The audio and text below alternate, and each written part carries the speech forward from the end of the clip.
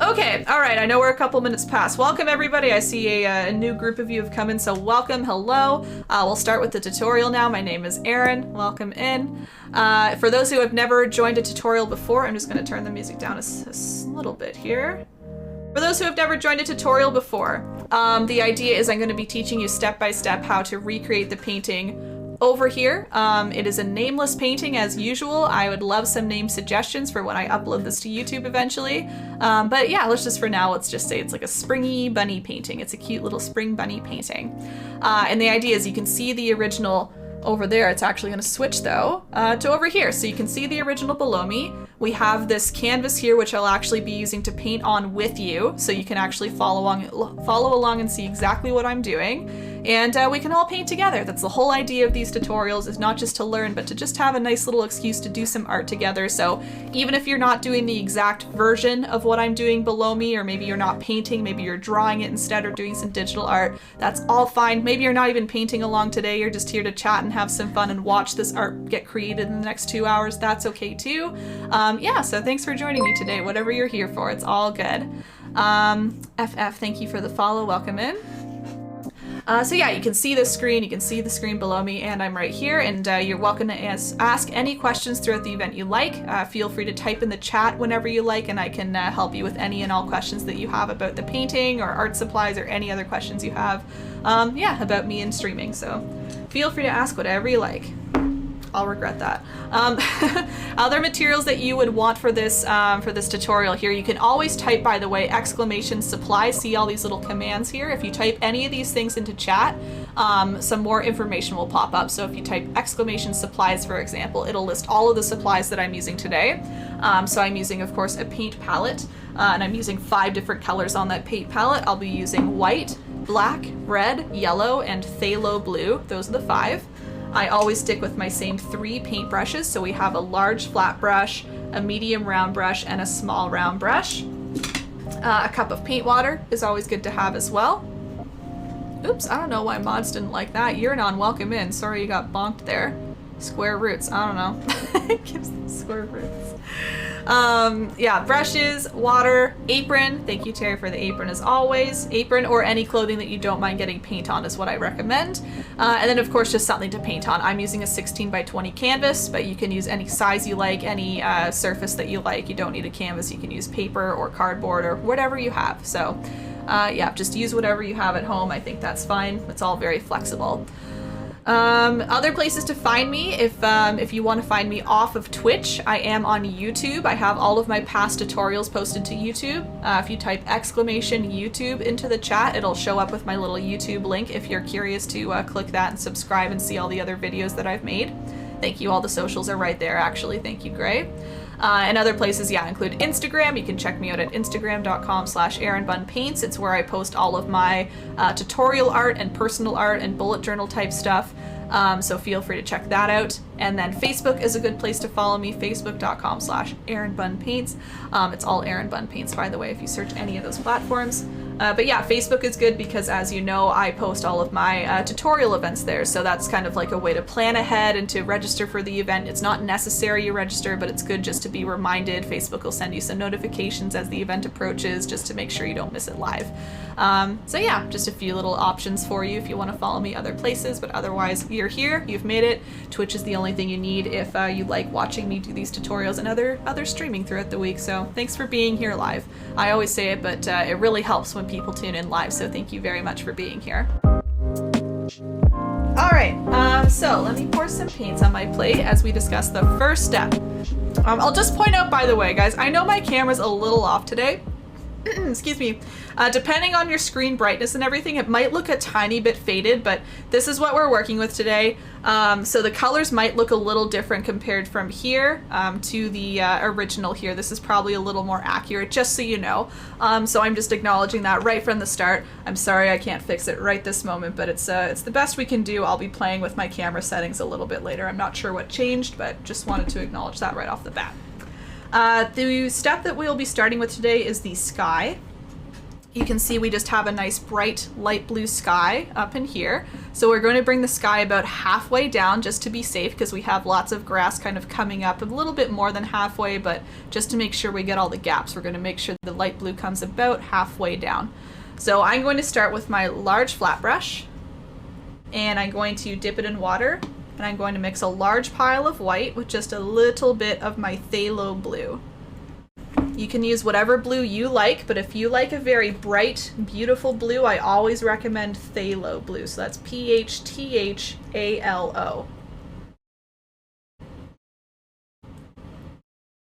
Again, if you do exclamation supplies, you can read all about the supplies I'm using. But yeah, phthalo blue. Oops. So I actually have my painting back here, so I'm going to remove it. It's a little pushed forward. There he is. So you can see again, it is a little darker. I'm sorry about that. It's just lighting, I think, lighting and camera settings. So just wanted to acknowledge. Anyway, light blue across the canvas like this. Also note that I'm doing landscape orientation. I'm just pointing that out as well, because that's a little abnormal. Not recently. I've been doing a lot of landscape oriented paintings recently, but in total, most of my tutorials are portrait oriented, so the other way. But yeah, if you want to do this design with me, I'm doing landscape orientation. I'm just brushing that light blue back and forth across the canvas, left and right, left and right. I do like me some Prussian blue. Yeah, you should do whatever blue you want, of course. Prussian blue is pretty. I don't own it, but I've seen good old Bob Ross use it and mention it quite a few times. I wonder if he favors a certain blue, because I feel like he uses phthalo a lot as well. Lynn, welcome in! Yeah, it's a tutorial today. It's a little abnormal of a day, but I'm doing it on a Saturday because I had a private event yesterday, so I wasn't available to do the regular Friday night online tutorial for everybody for free. But welcome in! How's your week been going? I've been offline for a few days, so I haven't heard much about what you've been up to. Nora? Busy week. Yeah, I guess so, yeah. Yeah, I'm usually streaming at least every couple days, but I had 3 days there where I didn't stream, so that was new. I missed everybody. Depends, he tends to use phthalo for sky and water. Oh, okay, you think that's how it is. Okay. That makes sense that he kind of uses it for different things for sure.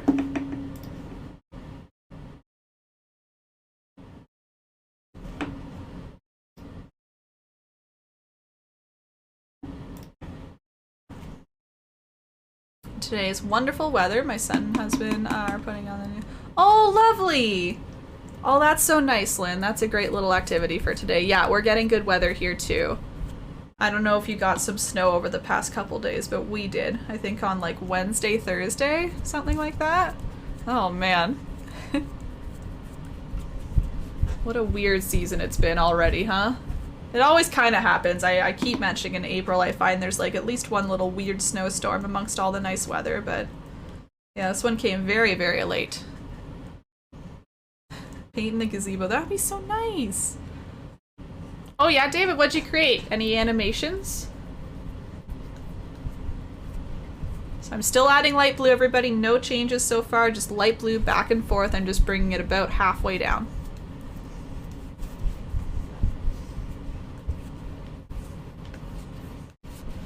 Just smoothing it out. I'm just going up here to smooth things out a little bit more. Snow and now sun. Yep, I hope the sun is here to stay. From what I've seen the past, or the next week rather, it seems like it's getting pretty consistent, thankfully. Wait, you drew yourself? Like a self-portrait? That's something new, David, if that's what you're saying. That's your plan? Oh good, I'm so glad. Yes, painting the gazebo. We were talking a little earlier, Lynn, about like painting outside and stuff. That would be so nice to paint in the little gazebo. Start to paint your jellyfish. Oh, not finished. I'm glad you're enjoying it. I really enjoyed that one too. Very colorful. Very colorful. And I liked the little techniques we used in it too for the nice little tail coming down and all that. Yeah, it was a fun one. Fun! Blob, welcome in. Or should I say Blib, welcome in. How's it going? Yeah, oh that's cool, David. Yeah, that's a nice change. That's a nice challenge for you. It's a little different, I think, based on what I've seen you create before. Are Sat-Toots going to be the new Fry-Toots? I don't know. So, yeah, Ash, I wouldn't say it's going to be consistently Saturdays, but I know for the next couple months I'll have at least one on a Saturday per month, because I have plans booked with the same group that I've been doing some private tutorials with, which is great. They've liked me so much that they keep inviting me back, so they threw out a few more dates to me. And it's pretty much at least one Friday a month that I'm doing a tutorial with their private group. So I'll do at least one Saturday of the upcoming months, I would say. But I think I'll stick mostly to Fridays. It seems like people still mostly enjoy Fridays. But as usual, I'm up for suggestions. For those who are painting along specifically, if you have preferences for me, if you like Friday nights versus Saturday afternoons versus other times, I'm open to hearing it. Need to get a sandwich and cheese fast. Okay, sounds good. Yeah, get fueled up. Everyone, I've just completed the step. I'm just kind of letting it dry for maybe a minute or two here. It doesn't need to be completely dry for the next step, but I like it to be at least a little bit sticky. We're going to do clouds next, so we want the white to stick on top, but we can also blend it a little bit, so just giving it a minute or two. Certainly try and paint outside of the pool. Yes. Right. Makes sense, Lynn. Makes sense. Yeah, I don't know if you heard me saying recently, I think there were rumors that we would get a, what's that called? A curfew in Ontario, but we didn't end up getting that. We just got more restricted rules. So yeah, good that you're staying home. Yes, yeah, Charlene. Yes, that's actually a great idea. Thank you. I'm trying to think of what I want to do for next week. And a lot of people really liked my Bob Ross paint along painting that I did. I posted that to Instagram and people were commenting all over the place saying, I'd love to do this as a tutorial. And I kept saying, I'm sorry, this is Bob's design, so I wouldn't reteach the exact one. But the idea of like a bridge over a stream or something would be really, really nice. Oh, thank you, Lynn. I think it's pretty cute as well. Yeah, actually took some time of animation. Right. Okay. Good. I'm glad, David. Yeah, it sounds like you've been quite productive. Good, good, good. Cooking a big spaghetti sauce. Right. Decided. Oh, that's good, Lynn. Okay. Sounds good. Sounds like you're really utilizing your weekend well. Oh, did you, Lynn? Oh, wow, wow, wow. Congrats. That's huge. How are you feeling after that? Pleb is here. Welcome in, Pleb. Have you heard the creepy story about the Spanish train murderer? He has some loco motives. Pleb, you're always a joy. Welcome in, welcome in. How's your day going, Pleb? Good. Wow, Lynn, that's fantastic. I've talked to a lot of people who have gotten their shots recently, and a lot of people are saying they're very tired after a while and stuff, so I'm really glad you're not feeling any reactions. Good. Yes. Oh, I understand. Yeah, it's a little bit scary, but totally worth it for the positives that come with it for sure. Yeah, not yet.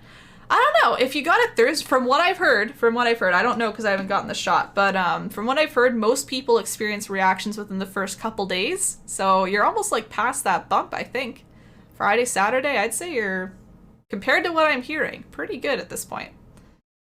Yes, flu-like symptoms in the first like day or two is what I heard. So Lynn, you might just be very lucky. You got a strong body. You're ready. Mm-hmm. Having a relaxing day. Nothing wild. Just had 2 minutes to spare. Decided to come. Yeah, sounds good. Oh, Pleb. Thank you so much for thinking to do that. I'm glad you're having a nice day. Yeah. What are you getting up to on your nice relaxing day? What's relaxing to you? And nothing. Oh, good. Good, Lynn. Wow. Both got strong bodies. All your friends and coworkers were fine. Oh, really? Wow, maybe this is a new thing. It's hard to say. Huh. Okay. My boyfriend got his first shot on Tuesday. He had no... What am I hearing? I don't know what I'm hearing. All of you are like, actually. This is great. I'm very glad. Yes, good, Lynn. Good. Wow, Lynn, congratulations. Just a little 20. Good job, Lynn.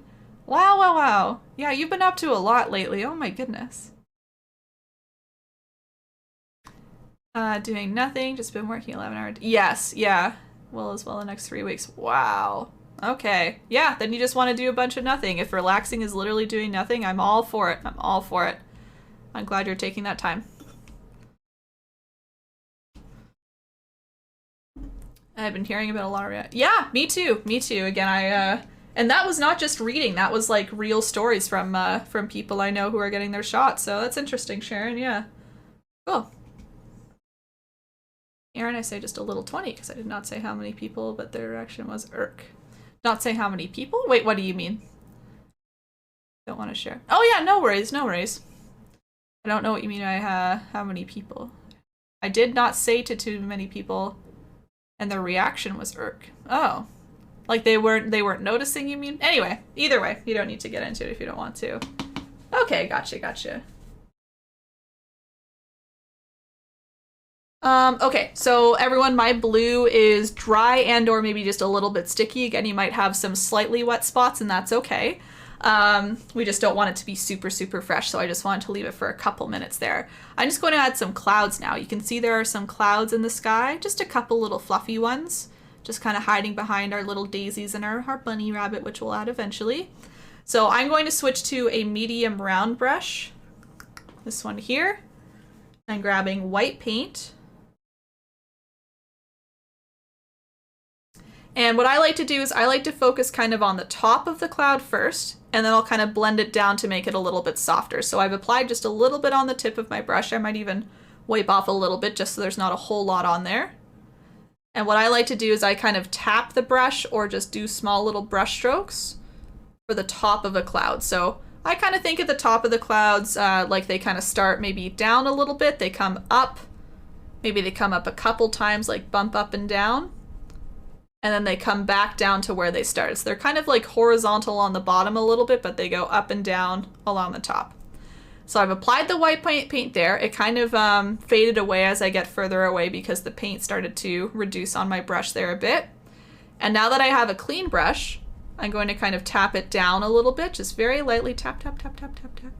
And you can see what happens is it stays nice and bright at the top, but it kind of fades out at the bottom because you weren't applying any more paint. You were just kind of moving the paint that was already on there. So just tapping or brushing down either way. You can brush it out on the sides to make it kind of fade away on the edges there. That's pretty much the cloud there. You can go back and add a little more white paint if you want, if maybe you tapped away a little too much. I'm just grabbing a little more to show you. Maybe I just like to do a couple little taps or brush strokes along the tip tops to really brighten them up.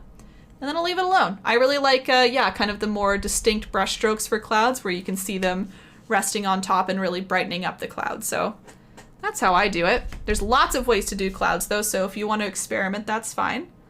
But I'll do it one more time here. Let's see. So let's go ahead again. So I'm just grabbing my white paint. I'm going to tap it on, tap or brush it on. And again, the general shape I do is kind of like coming to a peak and then coming back down. You can do a couple peaks or one peak. I try to avoid triangle shapes, so this is kind of like a triangle shape here. It just goes up and down. To avoid that, what I do is I kind of come up and then maybe extend the other side a little bit more, you know, so it looks a little less, you know, like a, I guess like an equilateral triangle. Is that right? Ugh, grade 4 stuff. Yeah, I kind of offset it a bit. I find it looks a little more natural when it's offset like that. So a longer side over here rather than over here it's shorter. Once the white is off, or on rather, I wipe the rest off, kind of tap down to fade it out. Maybe this is a little bit of a bigger cloud. Tap over to fade it out. And that's another one there. If you ever feel like there's maybe a little too much white on there, see it looks a little too, yeah, too bright for my liking. It's like kind of bright everywhere. You can always go back with a little of your light blue. Tap that in or on top and kind of fade it out a little bit more. So don't be afraid to do that if you need to. Either like wiping like this or just tapping it in. You can experiment. That's the great thing about acrylics. As it's still wet, you can kind of blend in more colors, move them around a little bit, see how it works. So yeah, just keep tapping, keep blending away. I'm only going to do a couple of clouds, so I'll work on this one a little more. And I'll do one more. One or two, we'll see.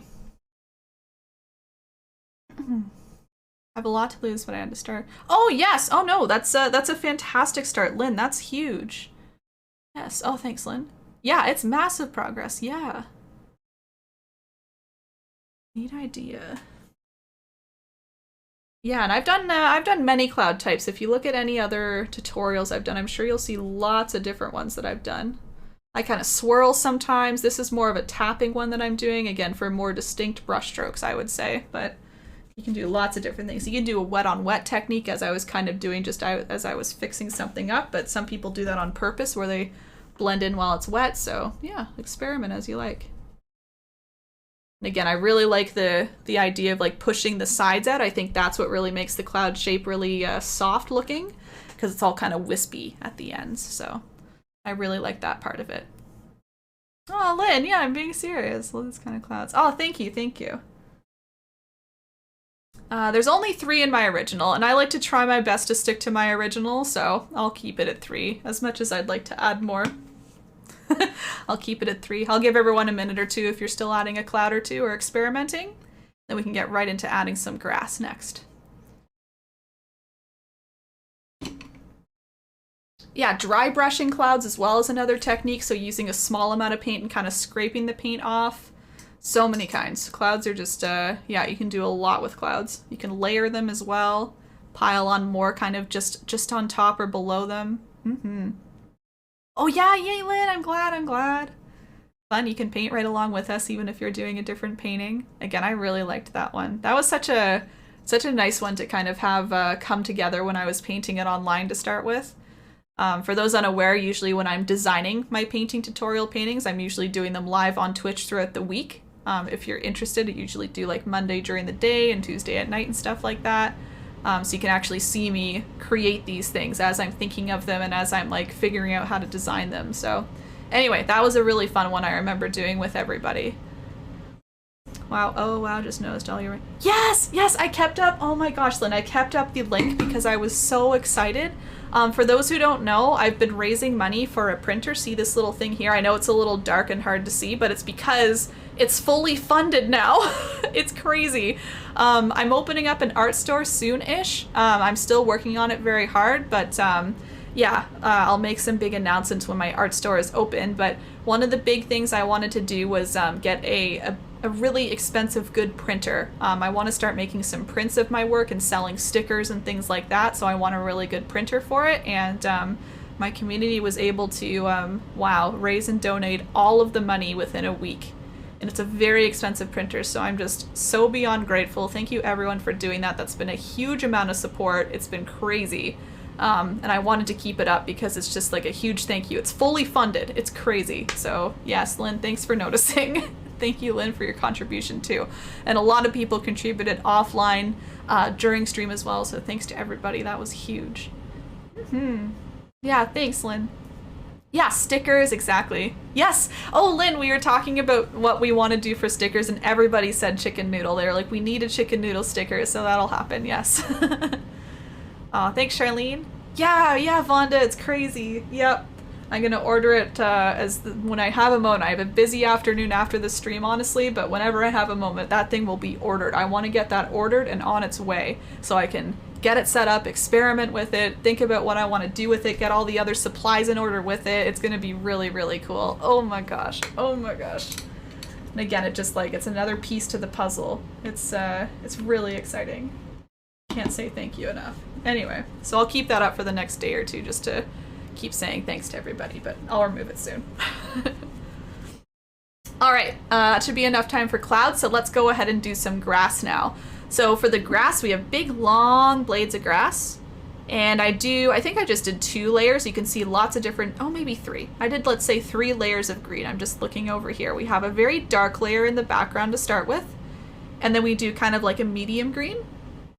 And then if you look at the very bottoms here, you can see some very light green just to kind of give a lot of shading and perspective, lots of layers to the grass. So that'll be the strategy here. Lots of different layers, dark colors first, going lighter and lighter. For the brush, I would recommend using the large flat brush. I really like this brush because it has nice big long bristles, so it can hold a lot of paint, but also the bristles line up into a nice thin line, so you can do these nice big blades of grass. I think it's a great brush for the grass. If you have a different brush to use, that's okay too though. That's all up to you. So let's mix our color. We're going to use yellow and blue. And I will mix a tiny bit of black into that mixture as well, just because I want a really, really nice dark green. I need to remember to get more yellow. If you hear that disgusting noise, That's my yellow bottle saying I'm running out of paint, so gotta get on that before next stream. But yeah, again, yellow, blue, and maybe just a touch of black. I would use mostly blue in your mixture because that'll keep your color nice and dark, but the black will darken it up just a teeny bit more. Teeny bit more. Where are we here?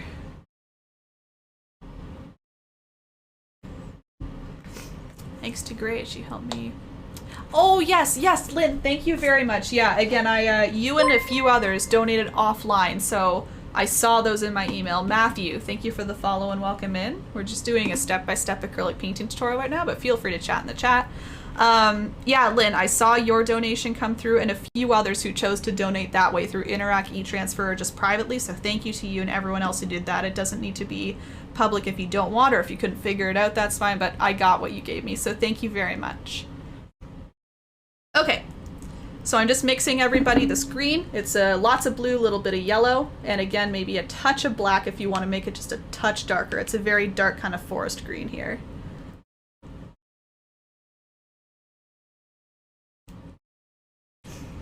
And I am wetting my brush just a little bit as well. I find that helps kind of allow the paint to really extend nice and tall because we're doing nice big blades of grass, right? I see chat zoom and I'll catch up with you guys in a quick second, everybody. Feel free to keep chatting. All right, so what I do is I like to start from the bottom and work my way up. You could go from top to bottom, but I like bottom to top. Maybe you'll see me switch, who knows. But yeah, just using your bristles kind of in a vertical formation. They're all lined up vertically. You're starting from the bottom and going woo, up like this and ending it off. It kind of ran out of paint, so I'll just try again. There it goes.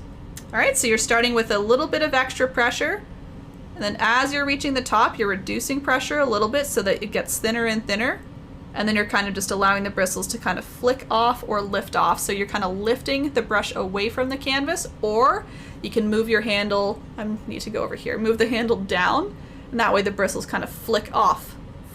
They'll flick off the canvas as you go. So I'll show you again here.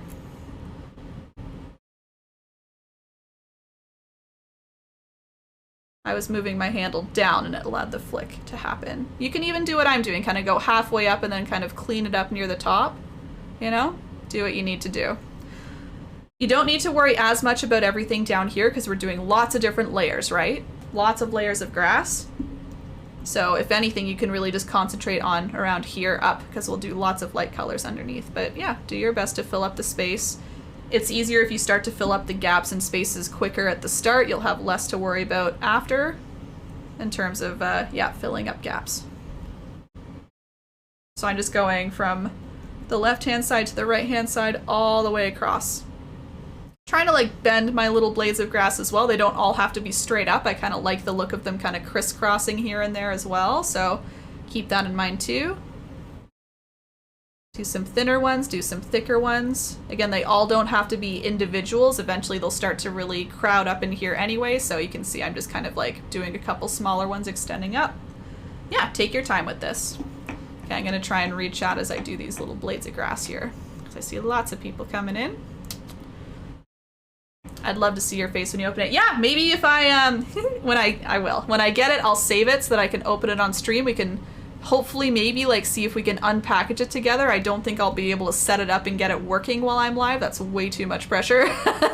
I'm not good with that kind of stuff, but I'm happy to show you guys the box when it arrives and get you excited about opening it and all that. Absolutely. If that's something you want to see, I'm totally down. It's the least I could do.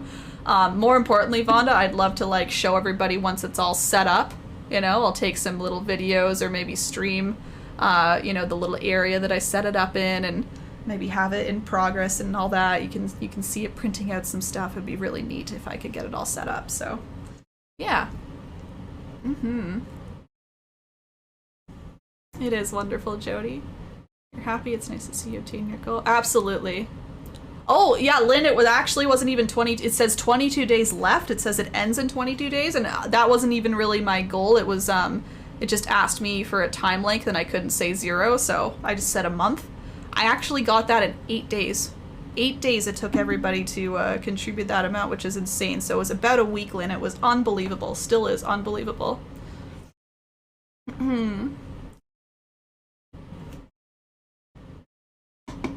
May yellow.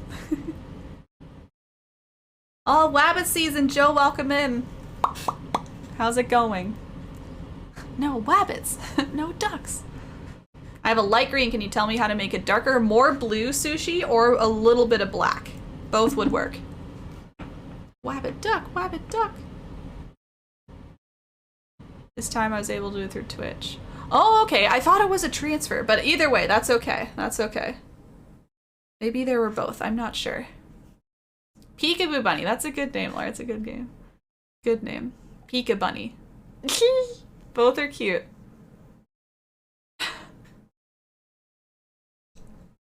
Not afraid to use them.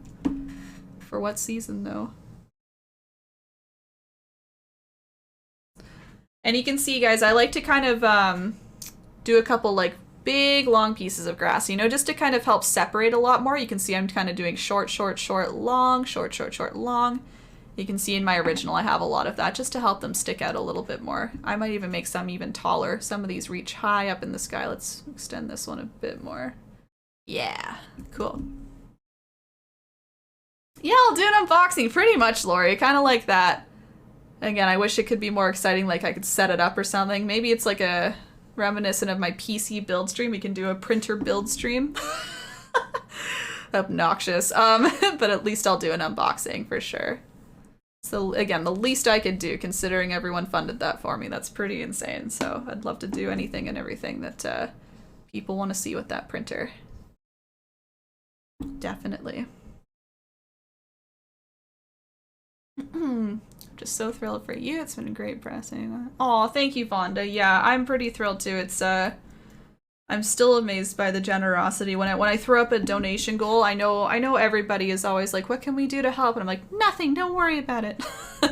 I'll figure it out, because I'm very, very much like that in all spaces of my life. Like, I want to do it myself. Don't.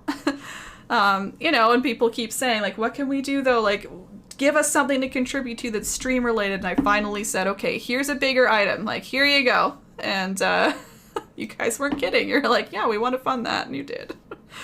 So it's pretty nuts.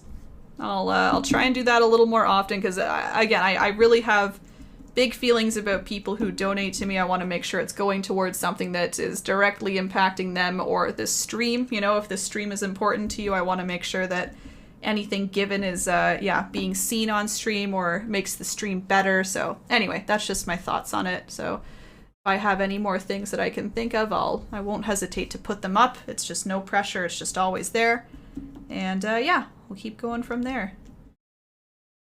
But yeah, I do plan on budgeting things out and trying my best to, you know, do some of this myself too, and make sure that I'm running my numbers right and breaking even myself and all that good stuff. So, but anyway, that's just me and the way I am. I want to do it. Gets going well. Had a schedule change, so hangover a bit. Hope you're swell. It's goodness, I swear you're fine. Iwix, welcome in, welcome in.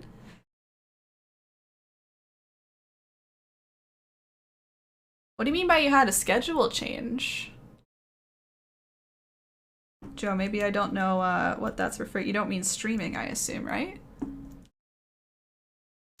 Make sure you get transfers for doing bun bags for art supplies. Wait, what? Marion? Is that like a merch idea? Like doing little bun bags, you mean? You want to do like tote bags? That's a cute little idea. Lovely apron maker, will they do some for you? Maybe, maybe. Hehe. I would love one of your oh, really? Okay. I need to start thinking about that. Okay, okay. Yes, I think you know. I'll have to get in contact. Yeah, Terry, I looked at my flagged emails the other day, and I know I still have your flagged email about the custom painting. I'm still working through, if you're here, I'm pretty sure you are, Terry. I'm still working through my commissions that I have, but I'm seeing the light. I'm seeing the light at the end of the tunnel here. I'm very close to catching up. I think I'll probably have the May commissions coming up, obviously, in a week, and then once I get those two done, I'll be right back at you. Oh, like totes. Okay, so I was right, Marion. Okay. Oh, yeah, I'll consider it. Was supposed to go out and take pictures with. Oh, I see, but weather is spook. I got you, okay. Schedule for the day. I see what you're saying. Alrighty. I'm sorry the weather's spook, but I'm sure you'll get that done another time, I hope. It'll be worth the wait. It's a nice little activity. That's nice and wholesome, Joe.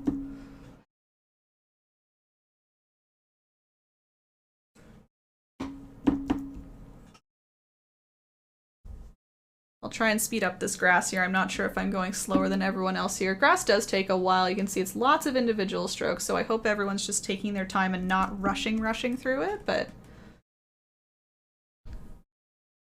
at the same time, I might be going a little slower, so I'm going to concentrate on this for a quick minute or two.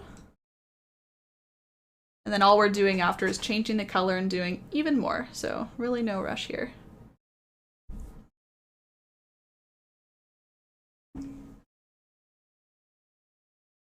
And you can see again, I'm really trying my best to really start to fill up the area. There's not a whole lot of gaps here. There's a little bit kind of at the skyline that I want to cover up, but I'll make sure I just use the next color a lot more. You can even start to get messier. See how I just stroke up and down here?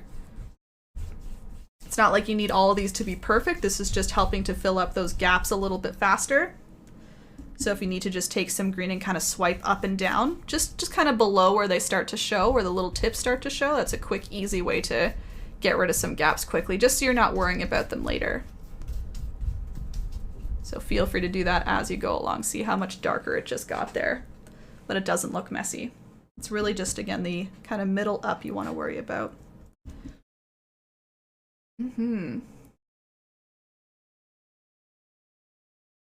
No stress, thanks, Terry. I just want to acknowledge I still know it's there. I haven't forgotten about it. Curtis just realized I made a very similar printing hero. Minus the bunny? Oh, yeah? Because I feel like when I was making this, Curtis, I kind of had like a visual idea of just the grass and the daisies, honestly. And then it was like, I want to get a bunny in here somehow. I kind of went in with the intentions of bunny, but, you know, at the start, I was doing the grass and then flowers. And I was like, I kind of just like that. Like a nice springy painting, honestly, yeah. So maybe we were kind of thinking the same thing, or maybe we both saw a similar reference or something. It's weird. It's weird how our minds do that. Kind of locking in images, and then you're like, oh yeah. I've painted that before, or I've seen that before, or whatever. Yep, thanks, hee. You're so cute. Oh, man. Do you know what you want to do the rest of the day instead, Joe, now that it's kind of opened up a little? Obviously you're here right now, but I don't know if you're playing some games or whatnot. Or prepping for tomorrow or something. 2 p.m., 2 p.m.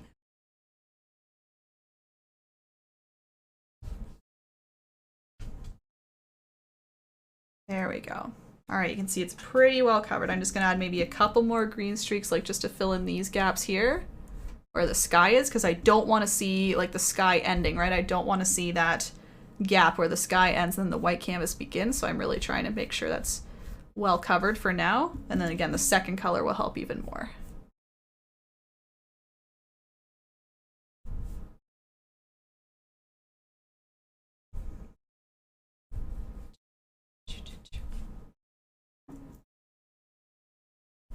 Just a couple little up and downs, quickly.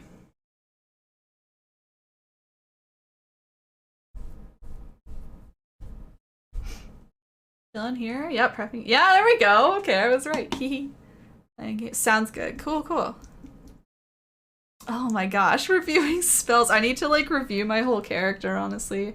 For context, Joe and I are talking about D&D. Dungeons and Dragons. She organizes the games for us. Thank you. Yeah, I want to review everything that kind of happened and review my little sheet again. I need to get back in the mode, you know? I'm excited. Okay, so if everyone's done with that dark green, again, I'm just doing the same thing, just with a slightly lighter green, so I'm going to use the same brush. I'm going back to my plate, and I'm just going to shift some yellow into my existing dark green, and it's going to lighten it up a little bit more. I would say this is more of like your regular green, your grass green, your Kelly green, whatever you want to call it, just a normal green. But I shift yellow in there, and I also recommend putting some white in there as well. I talk all the time about this, that my yellow paint is a little bit transparent, And I find adding a little bit of white helps with the transparency and helps these lighter colors stick on top of darker colors. So you can see the white lightens it up a little bit, but not much. It's more so just the white, I guess, paint doing its job there. It's not really about the color change, it's just about helping with transparency. So it's still a nice kind of medium green. There's just some white in there now, and it'll help stick on top a little bit better. So here I go. I'm gonna start doing the same thing. You can see it's a lot lighter than before. And yeah, the only difference is I, of course, make these blades a little bit shorter. I'm not going to carry them all the way up this time. I'm just going to kind of end them off maybe anywhere kind of right into here. I'm not going to do any big blades anymore. And same thing, we will still have one more layer of grass, so even these blades don't need to be perfect like right at the bottom, because we will be covering it up with a little bit more yeah, a little bit more of a different color. So again, if you want to be a little messier at the bottom like this, that's okay. It's more so the tips that we're looking at. And I'm just really making sure with this step I'm trying to cover up all of those little gaps that I see. So really concentrate on getting all that white out of the way.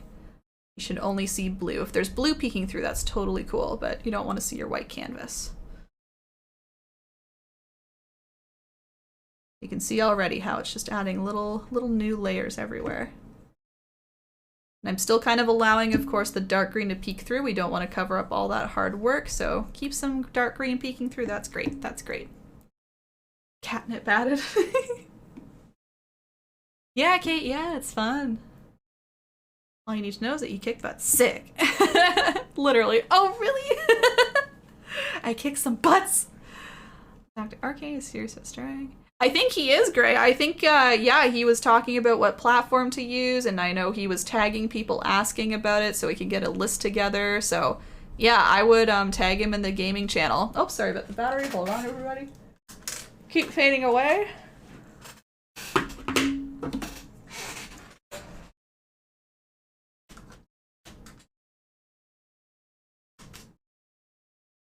I changed a battery already, but I still have 3 in the same pile, so I might hit a dead battery at one point. I still have 2 others that are fully charged, so if this dies in a minute, that's why. No need to panic. But yeah, I think he was Gray, so I would definitely contact him. Tag him in gaming. Use the D&D tag. Whee! Hey Ina, welcome in! Oh my gosh, nice to see you. Ina, how's it going? What are you up to today? I thought of you. I was looking through my little commission paintings and I still have your little berry. I haven't contacted you yet, Ina, honestly, because I haven't had time to get more boxes from the post office to ship those out. But just know that I will contact you very soon about shipping out your painting if you'd like it shipped. So keep an eye on your messages, but I hope you've been well. Oh, see, that was the dead battery. Sorry, guys. I guessed wrong. I have 2 others that are fully charged, no worries. I just mixed up the first one. There we go. No, I didn't, Charlene. If you see white, it's just the canvas showing through still. I'm just doing my best to cover up those gaps. I'm still working on it. Okay, we're back. Sorry about that. That should be a good battery. If not, I'll be nervous. But 4 were charged. Yeah, see any white here? That's just me covering that up. It's just canvas showing through right now.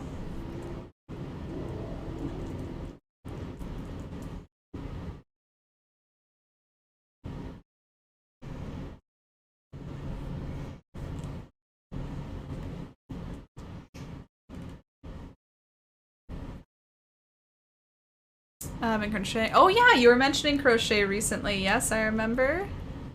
In Groki's stream, I saw you talking about that. Drawing a bit. Oh, drawing a bit. Okay, I didn't know that. Doing good. That's good, Ina. That's good.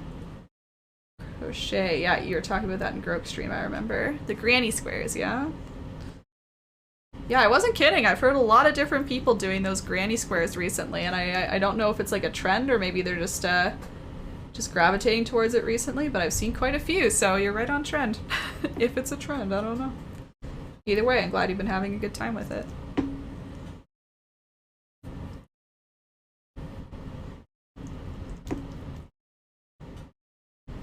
Okay, almost done with this green, everybody.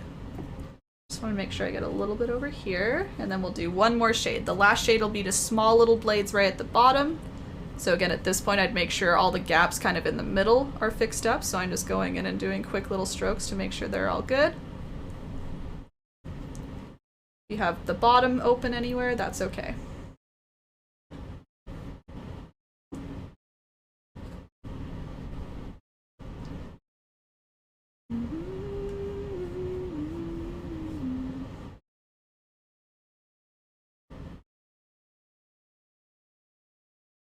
Still have a little bit of gap in here.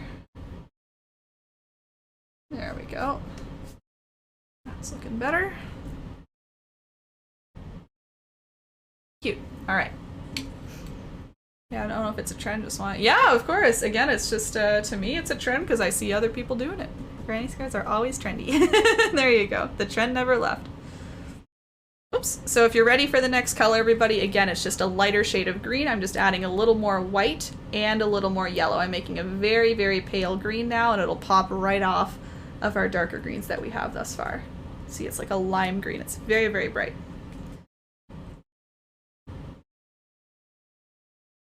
Okay.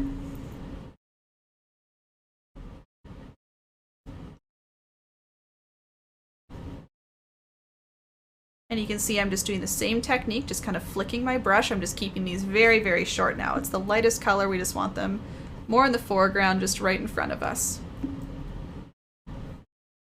You can see how they're just, yeah, really helping to cover up the very bottom. Again, you can use your brush kind of messily to help cover up gaps at this point.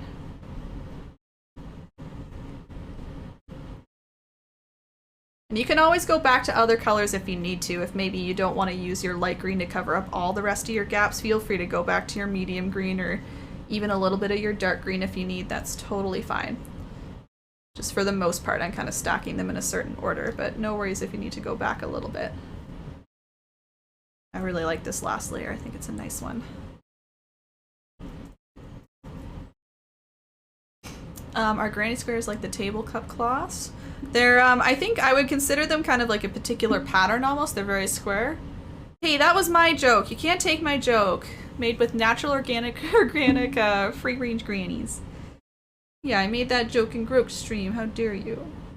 I said they're grannies. Real grannies. I guess that was your piece of the joke. You stacked onto mine. Oh man. Nothing like a nice fresh granny square. Yikes. Yikes. Honestly, yeah, I think it's just the pattern. Correct me if I'm wrong. It's kind of a particular look and pattern. They're square. They're like little coasters, essentially. But I thought it was more about the actual pattern, like the color blocking, kind of. I could be wrong, though. Plagiarism.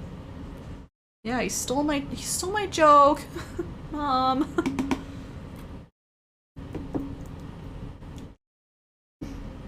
Wednesday Adams has entered the chat. My lawyer says your joke is currently copyright free. No, that's not right. All of them are trademarked by Bun Industries. Uh-oh. Got him.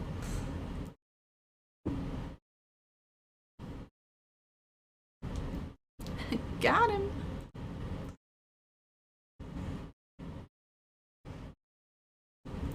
What does your lawyer say about that? Sue us.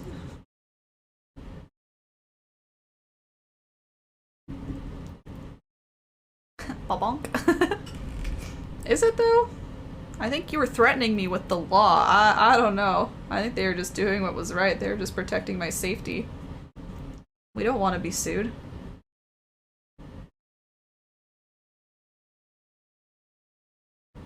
Ina's like, I love it. The drama. Sips tea. They saw a threat and they said nope.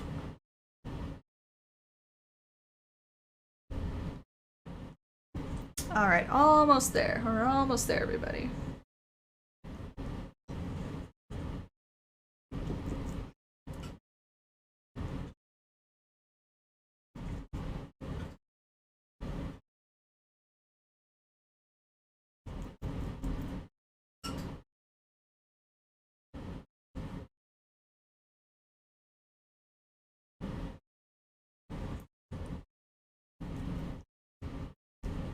Felt I need to stop the shenanigans. Yeah, I trust my mods. As things list to bring. Is Peppo your representative? Is Peppo your lawyer? Yes. Try to start my level by finding what? Sorry, Charlene? Abo? Oh, magic. Oh, that's okay. You're fine, you're fine. Take those naps. That's great. I'm glad, honestly, I'm glad. Helps people get to sleep. So you're back, you're back. Welcome back, Magic. Okay, so that's what my grass is looking like. Again, you can see all those gaps are covered up. If you need to, like I said, you can go back to other greens. At this point, everybody, I'm going to leave this for just a couple of minutes. What we're going to do next is actually kind of sketch on the bunny. We do 2 layers for we do lots of layers for the bunny, but what we're going to do is we're going to do a base layer for the bunny, so kind of like sketching out the entire thing in like a light gray, a white to light gray. Then we're going to let it dry, and then we'll add all of the little fuzziness and fur, followed by all the daisies and stuff. So I like to do the base coat first. We can see kind of how long it takes to dry, but we might kind of work on daisies while we wait for it to dry, but I was kind of thinking we could do all the daisies at once, the ones in the grass and on the bunny. But we'll see. It'll just kind of depend on how things are going with everybody, so let me know if you need more drying time here and there, but yeah, for now that's the plan. I'll just give a couple of minutes for this to kind of dry. Just to be clear too, when we do the base coat of the bunny, if the base coat mixes a little with the green, that's okay. I just don't want it to be like all green, you know? It's very possible to mix a little here and there. The bunny's a nice touch. If mine looks good enough, my daughter might like it. She's a bit obsessed. Oh, just a bit obsessed, Chris? Just a bit? Oh, that's so cute.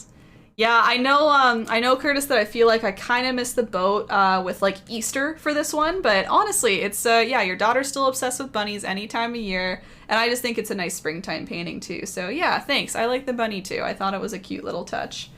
I felt it was time. We hadn't done an animal in a little bit. It's because I very much avoid animals doing tutorials. Animals kind of scare me to create. I always find them a little bit more difficult, but yeah, I try and push myself here and there, so made myself do it. Oh, find another job. Okay. Yeah, I didn't know what you meant by collecting abo, though. I'm not sure if you meant to type something else. Little business plus find a abo. A job. Oh, a job. I see. Find a job, maybe, is what you're saying. I gotcha. Peppo Brothers Law Firm. Hurt in a meme accident? We got you covered. But you weren't hurt in a meme accident. Help meme. Kate, I love bunnies too. They're awesome anytime. Yeah, yeah. I'm glad everyone agrees. I was, again, kind of worried people would be like, you missed Easter, you know, but no one said it. Everyone just said, good, we love bunnies, which is perfect. That's perfect. Help a meme. Get out of here. For me as a sweet, the bunny, daisies, and daisy chain. It screams midsummer. Yeah, festivities, midsummer festivities. Absolutely, absolutely. Yeah, the little daisy chain, so cute, right? Adorable. It's okay, I'm trying to start. I gotcha. Plus look for job. I gotcha, Charlene. Yeah, sorry, I was trying to put it all together. You're fine, you're fine. It was one spelling mistake and it was throwing me off fully. Oh dear. Still gonna give a minute or two, everybody. Again, it doesn't need to be fully dry, so if yours is still wet, don't panic. Don't panic.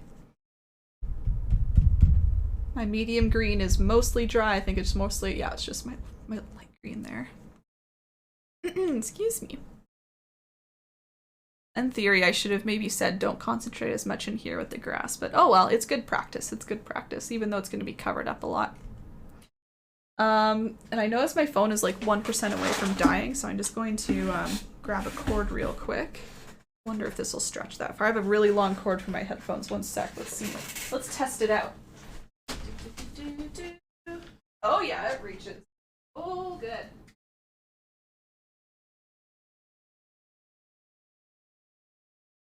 Wow, so long.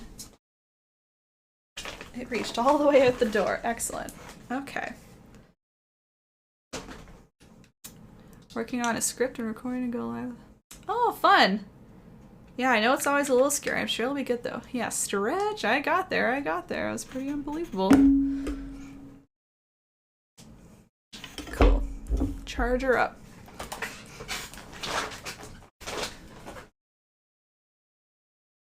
Okay, yeah, I see that light green is still a little wet. Let's give it a minute or two more, and then we can keep going. No, they're bows. Where's the little logo? You see? Not sponsored. Bows.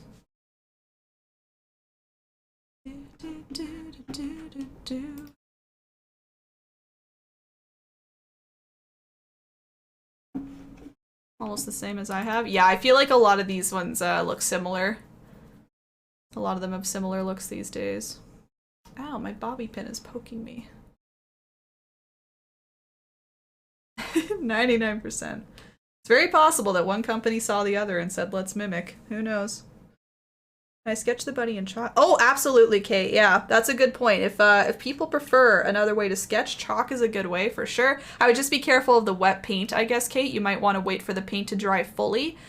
So what you could do is I'll kind of sketch out right now and you can kind of watch what I do. And then whenever the paint is dry, you can do that. I think chalk is best when it's fully dry. With paint, instead, you could kind of just paint it, and then if it mixes a tiny bit with the green, it's not a big deal. But yeah, pencil, people sometimes sketch with pencil instead. That's fine as well. Yeah, anything you like is good. I just stick with the paint so there's less materials, really. That's really all. I'm just used to it at this point, using paint to kind of sketch and then layer on.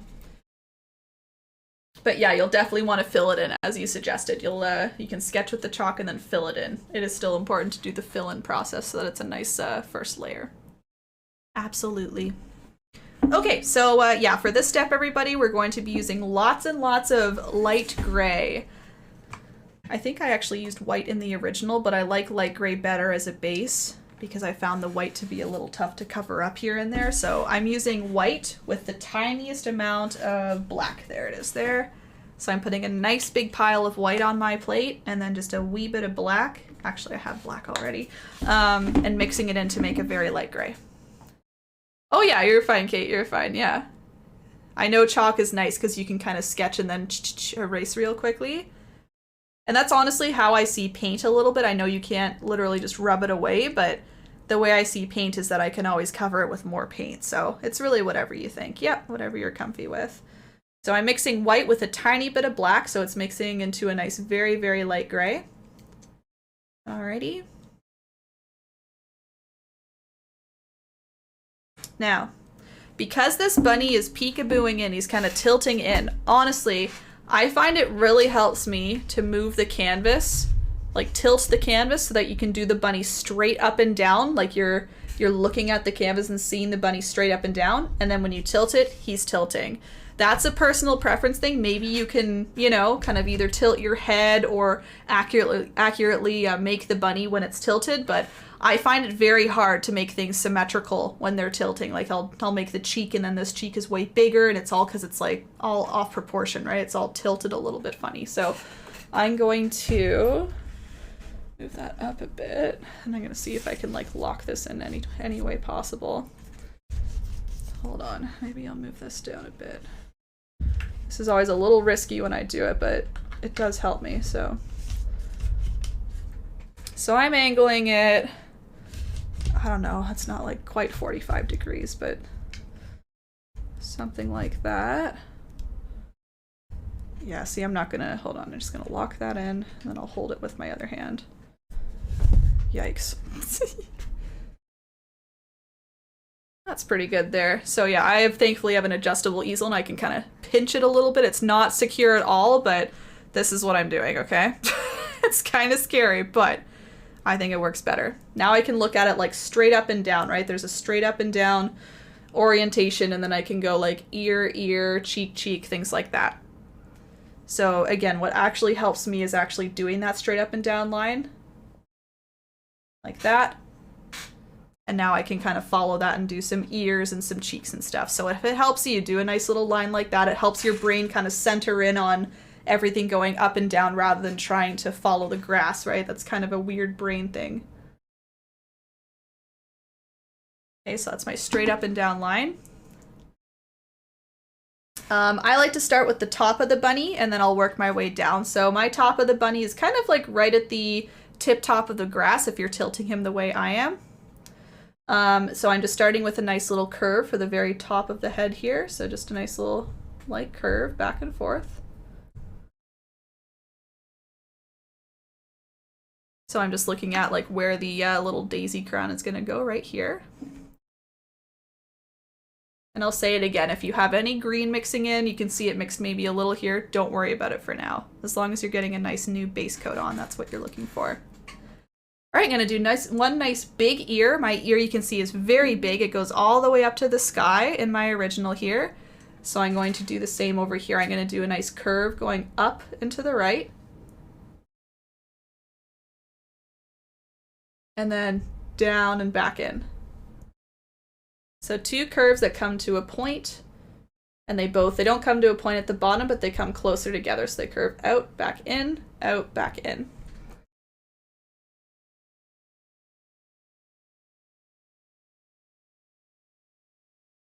And the other ear, you can do the same if you want, but I chose to do a little bendy ear. I thought it was kind of cute flopping over. So in order to do that, what we do is we just do about half of what we did there. So we just do kind of like a curve and a curve. So we're not closing in the curve. We're kind of like as if we're starting a big ear, but we're not going all the way. And I'll teach you how to bend it in just a second.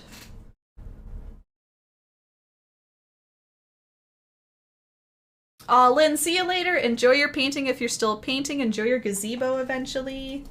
See you another time. See you, Lynn. Thanks for joining in today. Okay, so I haven't made a full ear. I'm just kind of like starting one. And then what I do is I move over to the left. So I'm starting on this right hand edge here. I go over to the left a little, like this. So I'm kind of like continuing the curve. And then it quickly bends down over here. So I'm kind of skipping over this edge.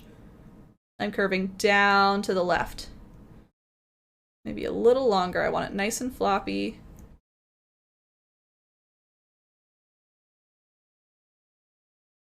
Like that. And this is the tip of the ear flopping over. So once we have this shape, I now bring it up. You can cross over if you need to kind of meet back up with the top there. So I know it looks kind of messy right now, but once we fill it all in, and then once we add all the little fur on it, it's going to make sense. But right now, hopefully you can see this is kind of like the open part of the ear. The pink will go right here, and then this flops over top, okay? So that's that ear, a little floppy. How to haggle in just a second? I don't know what I said. What did I say? How to, I don't know, what did I say? Teach you how to, I don't know. In just a second, I don't know. Not too into painting animals either, but your blue jay inspired me. Oh, yes. Ooh, lovely, Curtis. You can definitely use the blue jay and like just apply it to many other different colored birds. Just using the shape of the blue jay even, and then making like a larger tummy or like a larger head for certain birds. It's the general shape though. Yeah, I love that blue jay painting. Glad you enjoyed it. Oh, the gazebo. Gotcha. Okay, have a good time, Lynn. How to haggle. I don't know what the heck I said, Gray. No, this is not a haggling stream. All right, so those are the two ears all done. Now we want to do the face of the bunny, which was a little troublesome at the start for me, but I think I figured it out eventually. Obviously, I've got it all done here. So what I do is I kind of keep a little closer in to begin with. So I'm just kind of bringing down my edges. I kind of curved down my head and brought them down just a little bit, brought the edges down a bit past the ears. And then what I do is I swing in very quickly, just a wee bit. Kind of pinch in a little bit, so it's like I'm rounding it out. I'm kind of looking at right here, see how it comes in a little bit on my reference here? Comes in a little bit. The eye will kind of change that up, but it does dip a little. And then very quickly we kind of swing it back out and we get the nice puffy cheeks that we're going to see here. So we're kind of doing a quick little curve in, out, and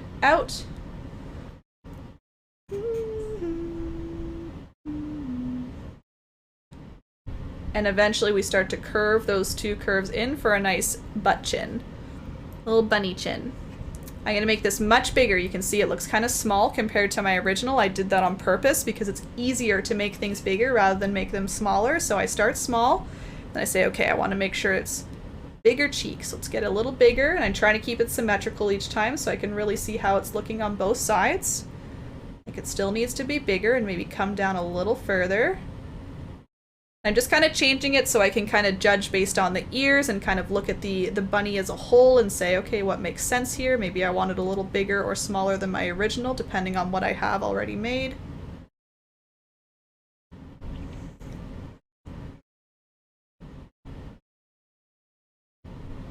But just trying to keep it symmetrical the whole way. And again, by keeping it tilted like this, I find that really helps me. I can really, you know, line up these two edges, kind of look at how wide these are together.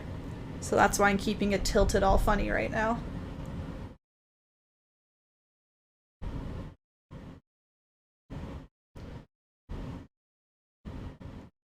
You can see we have lots of room to play with here. In my original, the bunny cheek on the left almost comes down to the bottom, so you have lots of room to bring it down if you need and adjust the whole size if you need. So keep growing it just little by little until you have a bunny you like. If it helps, you can fill it in at this point as well. That might help you see the entire face shape a little better.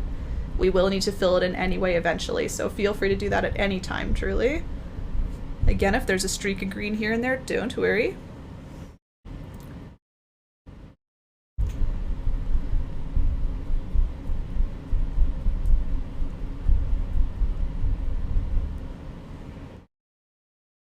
I think this is the song, by the way, that for those who were part of the stream raid yesterday when I was streaming with Wood, 8 p.m. 8 p.m. did a dance to this song. It was quite great.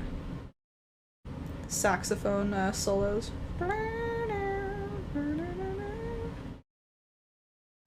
of course the song ends right there, but anyway.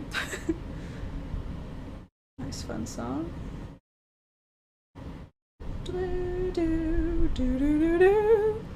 Christy, welcome back. Nice to see you. And you don't have to get this really exact, everybody, because we will be adding all the little fur. So you could always use the fur to adjust a little bit afterwards if maybe you find that one of the cheeks are, you know, a little bit off compared to the other cheek, or you need to bring one side out a little bit or round it out a little bit. You could always use the fur to do that, but I'm doing my best to get it nice and close here. I don't want to have too much to fix up. I think I'll make it just a wee bit bigger. I think I want to like bring it down a little bit more, so I'll just kind of extend down a little further. And then I'll be good. Then we're pretty much there with the shape of the bunny after doing this, after fixing this up. Oops. And I guess that's not a big deal because I'll be putting more there. I think I need the right hand side rounder. Let's use my head for a second.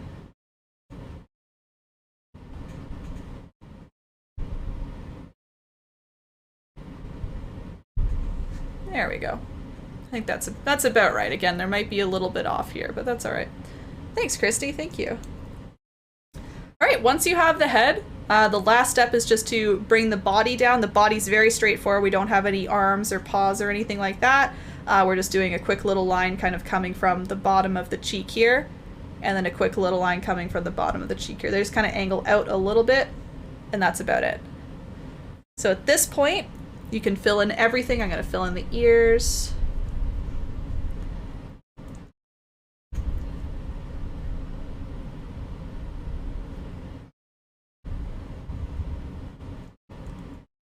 I'm going to fill in this ear, and then I'll fill in the body.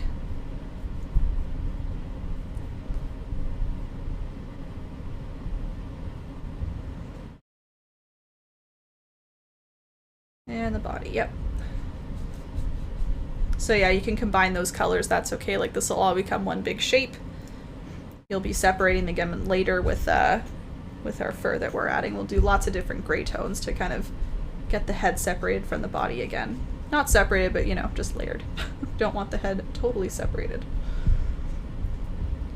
Great, that's our little bunny. So you can see, let's see how he looks all tilted now. There, now he looks like he's tilting into the frame, but he's nice and symmetrical, right? Again, if anyone could do that without tilting it, I think that's quite the skill. That's like a brain skill. I just can't do it. I think I'm pretty good with that stuff for the most part, but when it comes to painting, I find it very tough. Very tough. I can visualize it, but then trying to actually apply it, it's like, something looks off, and I can never get it until I tilt it around. So anyway, that's my little trick. Okay, so I'll just once again leave that for a couple minutes at this point. We could start to work on the daisies again. What I'm trying to do is leave them all for the same time because we have daisies both in the grass and on the head. And I do a couple layers for the daisies. So instead of doing, you know, a whole layer, a whole layer, a whole layer, and then another layer, another layer, I'm trying to leave them all for the same time. So we can do the first layer all together, second layer all together, third layer all together. So that's my theory. If you're just itching to do the daisies and you want to give them a try, feel free, but I will teach you them a little bit later. For now, I'm just letting the first layer dry a little bit. Just like usual, we don't need the first layer to be super, super dry, just kind of like sticky and on its way there. As we work section by section, I'm sure it'll dry up just naturally as well too. So we can get started maybe in a couple more minutes on the little layers of fur. I'm just going to smooth things out. I can see I have big blobs of paint, so I'm just using my brush to smooth that out. That'll help with drying a little bit better, a little bit quicker.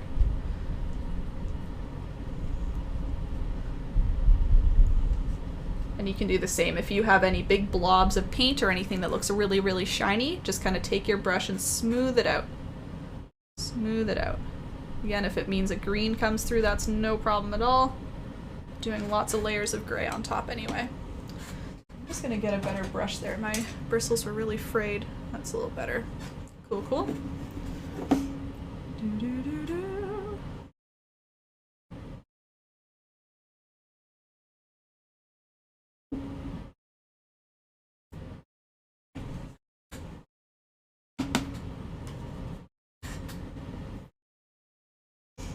Maybe starting with pink would be nice, actually. Yeah, I think we'll do that. So with the bunny colors, with the fur colors, I should say, we'll be starting kind of with the darker grays and then moving lighter and lighter and kind of stacking them on, just like the grass, essentially. And again, if you need to go back to other colors just as we're moving along, there's no problem at all. You can always go back and add some darker tones with the lighter tones, mix them up a little bit. All of that will be fine. Yeah, I guess we have the two pink spots though. Yeah, we'll start with pink, then we'll go back to the pink nose. Again, I'll give another minute or two. It looks like my gray is still pretty wet, so yours probably is too. If anything, mine's gonna dry a little quicker because I'm in a pretty warm room as usual with all my lighting around.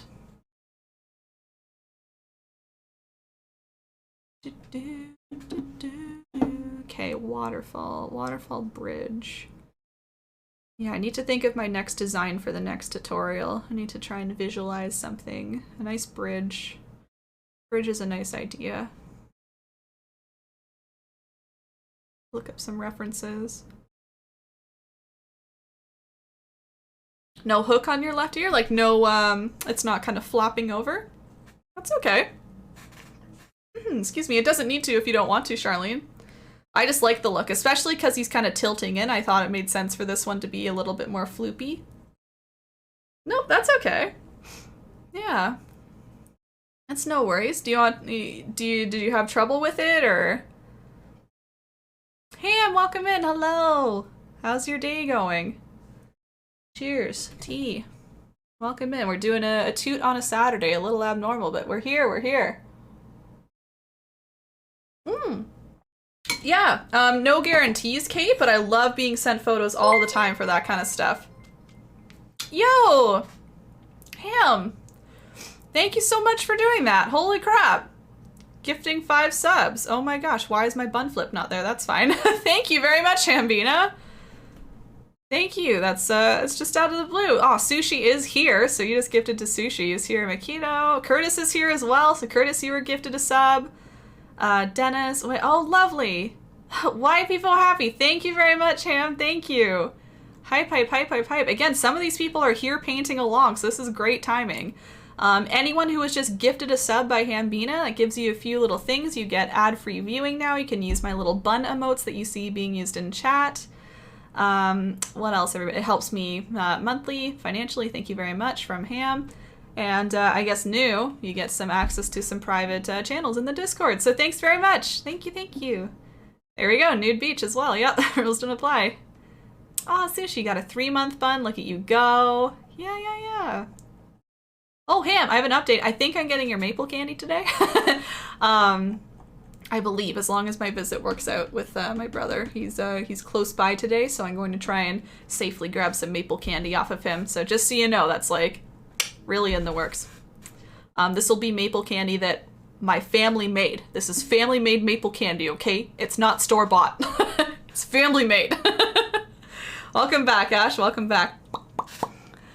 Yeah, yeah. I'll tell you more about it in a... No, I will tell you now, because I still need time for this to dry. I need at least a minute or two more still, guys. Yeah, we've never made this before, Ham, and it just so happened, that's why there's been a delay. I was talking to my family, and they're like, oh yeah, we're doing maple syrup for the first time this year. I was like, what? Like, I knew people do that around here, but like, we've never done it as a family, and it was just something my brother wanted to pick up just as a little hobby.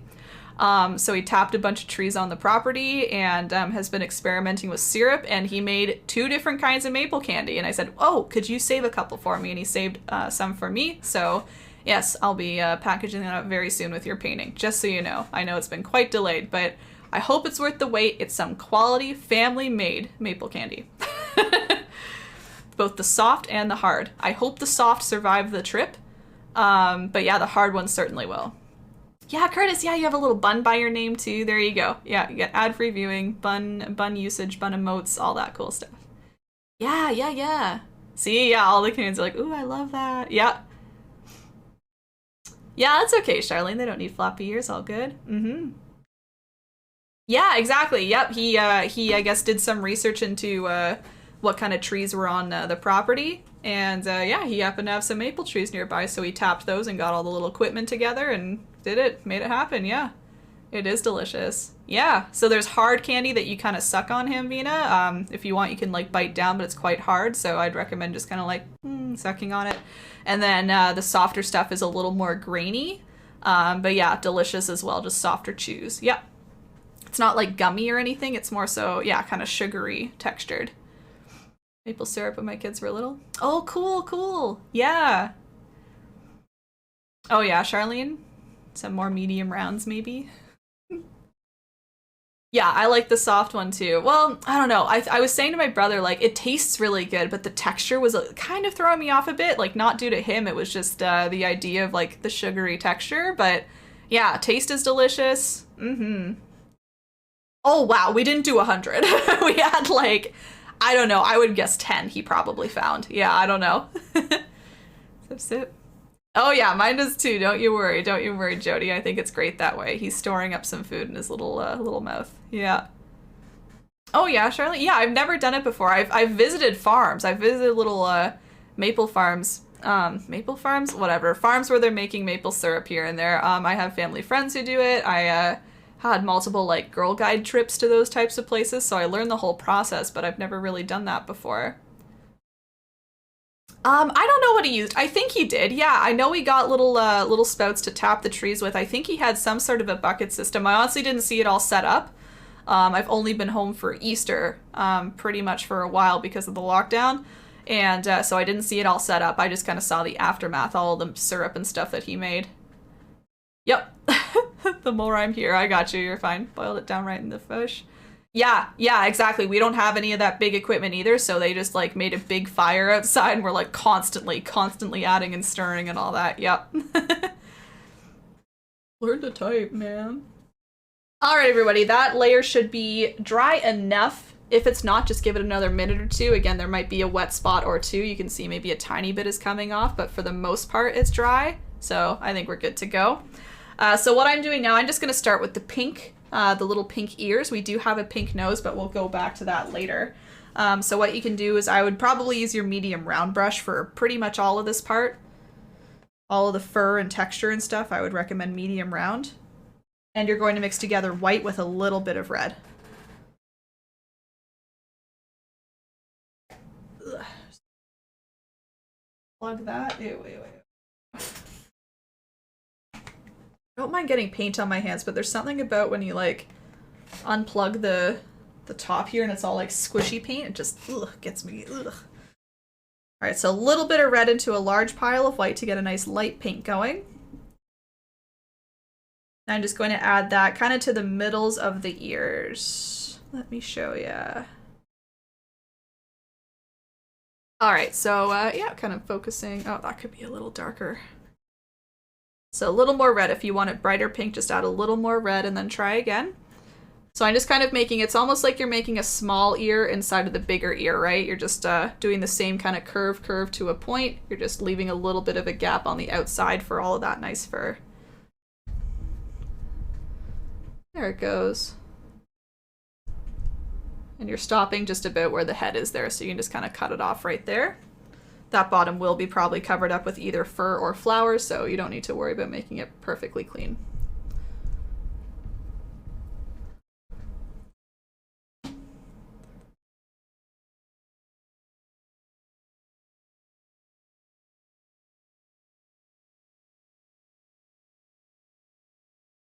All right, that looks good. And then we do the same for the other ear, except I guess not quite the same because we have the flop. If you have the flop like me, you'll want to kind of imagine this edge continuing up here. And you don't want to go past that edge because that's where the flop comes down. So even if it helps, put like your hand here, and then that way you're like, no, don't go past here. Just do the little pink section until about there. You can kind of curve. So a curve like that. Yeah, so you're keeping that area open. The pink just starts around there. We have a maple tree at school. We tapped it this year and made a boiled the sap. Oh, an admin boiled the sap. I see. Made a little bit of syrup to show the kids. Oh, cute. Yeah, Sharon. The tiniest bit of pink in this painting. Pink ears. Yes. You could do like pink flowers. That would be really cute. I mean, I just wanted to stick to my daisies, but you could do little pink versions of the daisies for sure. Pink! Yay! Cute. So you can really see the bend now. Now that we've added the pink, you can hopefully really understand how it's bending over top. Yeah. Trout, welcome in. We made the goal. We did. I know. Isn't it crazy? It happened today, just a little earlier, Trout. A few other donations. Some people donated, I guess, offline as well, so I actually manually added those in because some people were e-transferring me while I was offline, and then we were like maybe $70 away after another donation. I guess Anonymous donated a little bit, and then Gray got the last little bit in there, and it's all done. It's all done in a week, Trout. I'm just blown away. Yes, nice work, everyone. Oh, it's so great, Trout. I'm beyond thrilled. I keep saying I'll be ordering their printer the second I have a moment today. I have a little bit of a packed schedule even after stream, but right when I get some time, I'll be hitting that order button. You better believe it. I want to get this thing here as soon as possible. I'll unbox it for everybody. I'll show it off. It's going to be great. Thanks for your support too, Trout, and welcome in. Oh, it's just crazy. Good idea. Yeah, you could do a mixture too, Sharon, if you don't want to do all pink, do some whites and pinks. Yeah. Woohoo! Yeah, man, it's crazy. It's crazy in just a week. Again, I'm just blown away. That was like such a nerve-wracking thing to put that dono goal up, and I don't know why. I don't know why. Everyone's so good. Anyways, now that I'm done the pink, I'm gonna move on to some darker grays now. So as I said, I personally like to work from dark to light. It'll look a little bit scary at the start because of that. You'll be like, whoa, this is really harsh, like just because it'll be compared to all the rest of this one color. But when we start to add some medium grays and lighter grays and kind of brush on top of the darkness as well, it'll help kind of soften it all up. That is why I like to do the dark first, by the way, because you can kind of see. I'll zoom in here. It's not like this is straight dark gray, right? It's like I added the dark gray, and then what I did is I used the light gray and kind of brushed on top, so it kind of splits it up a little bit more, so it's still a nice shadow, but it's also not a harsh line, right? So that's why I like to work from dark to light. It gives me the opportunity to layer lighter colors on top. So let's start with the darkest. I would say it's kind of all in here. See this color in here? Especially in the ears, I added a little bit more darkness just for more shadow, but it all kind of comes in here. We have a tiny bit kind of on the edges of the cheeks. And then, of course, we use some dark gray to help separate the head from the neck area here. So that's our darkest gray. And then I'll move maybe a little lighter, like up here for the ears. It's a little bit lighter, even lighter in here, and then just a tiny bit of a lighter color for the nose. Okay?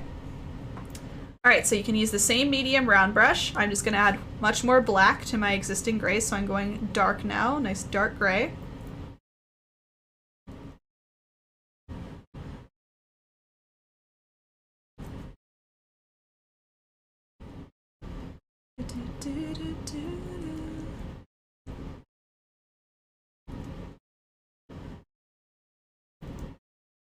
These saxophone vibes. I don't know if you guys can hear the music well. Let me know if you want it turned up a bit, but the midnight just goes off with the saxophone. They go crazy.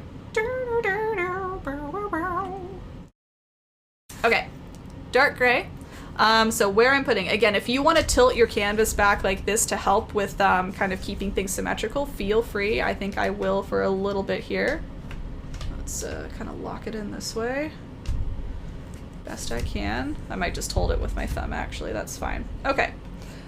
So yeah, I'll start with kind of the edges of the ears here. I like to start with the bottom parts of the ears. The technique that I'm using is I'm just using the kind of point of the brush here, so I guess the tip of the brush, and I'm doing small little flicks. I'm going from bottom to top, going choo, choo, choo, choo. Okay, so kind of abruptly flicking my brush. I like to flick a little bit outside of my outline so that I get all my little like fuzzy furry bits coming out, so you can see how I'm purposely trying to flick up and out a little bit. And I'm also flicking just like inside this little area here, right? So kind of flicking up as well. This dark color I'm just going to bring up a little bit. I'm going to leave the rest of the ear for more of like a medium gray, I would say. You can maybe flick a little like at the bottom of the ear as well, because we'll be doing this section in here next. I'm just going to grab a little more.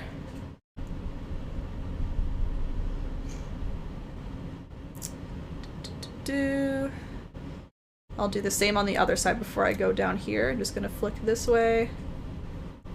Up and over a bit. If you want to flick a little on top of the pink, that's good too. So you're just kind of like, again, there shouldn't really be many harsh edges. There's a lot of like fuzzy edges, right? So you want to kind of mess them up a little bit on purpose.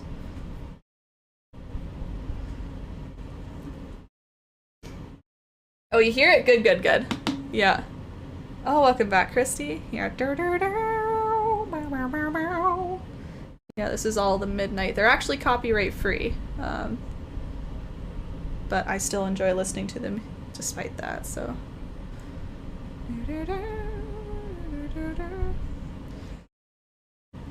Okay, and then what we're going to do is you can maybe start at the top of the head here, even though we're covering this with a lot of like daisy chain type stuff. I still like to get the fur on just in case there's any gaps, of course, so I'm still doing the little fuzzy bits, kind of flicking up like this, all along that harsh edge. And yeah, even when I'm inside the bunny, I still do flicking. You don't have to flick up or down necessarily specifically, but I still do my little brush strokes or flicks because it does still add that nice texture, right? So still doing that.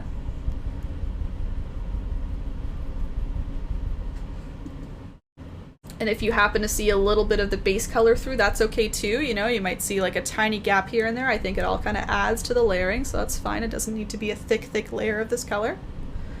So I've done the forehead, and if it helps, you can kind of map this out before doing it with all your little flicks, but essentially what I'm going to do is I'm going to go from kind of this left hand or right hand side of the ear, so the outside edges of the pink.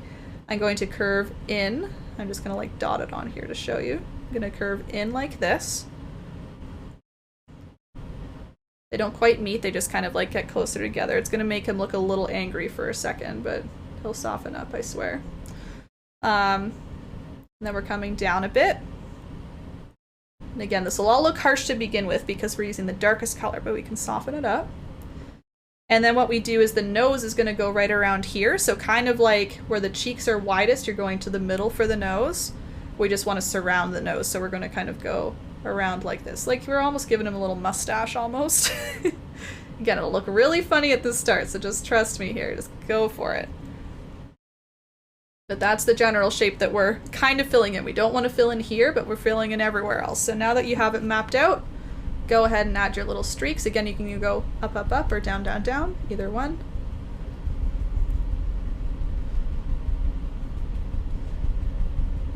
There he comes. I played the saxophone. Let's do the bunny hop. Yeah, you could be our saxophone player.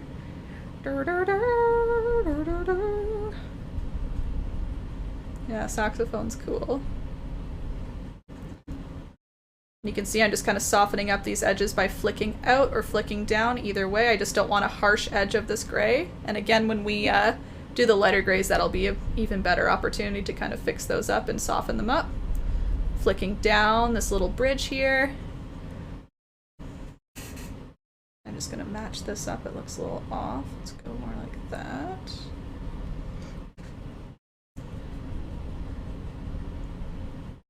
Softening up the bottoms a bit.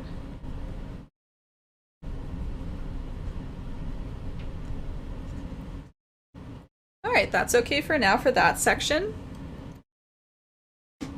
Had a weird experience with music yesterday. Right? Yeah? Yes. No way. I bet it did, Gray. I find music really helps me with productivity. It helps me kind of get into more of like a flow groove type thing. It's almost like, you would think it is distracting, but it's almost like it allows my mind to not wander as much because it's like the music's kind of being pumped into it. And I'm like, okay, and it's like allowing it to kind of enjoy the music while also focusing on work. I don't know if that's truly what it is or if that makes sense, but that's kind of what I'm thinking. It's like I'm using the musical part and then also focusing on work, and it's like my brain couldn't comprehend the idea of floating off into space at that point, you know what I mean? There's no opportunity for it to float around with any other distractions. Music work, too. That's good. Okay, with the dark color, everyone, I'm just going to do those two little spots near the cheeks here. Kind of just like, again, using small little flicks to kind of come down and around. Just anywhere in there, just giving a little bit of shading to the cheeks. It kind of helps separate almost the cheeks from maybe where the mouth would be, you know? It's almost like another little layer, if that makes sense. So there, let's go like around here.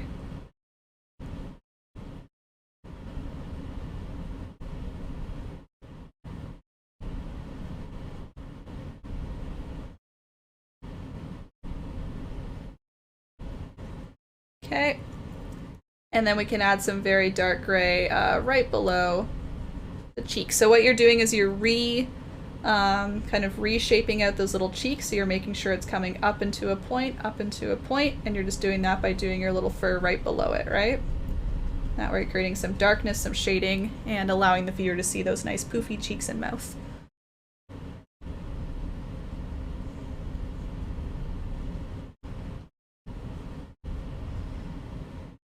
You can kind of bring it down a little bit if you want, maybe on the edges of the bunny.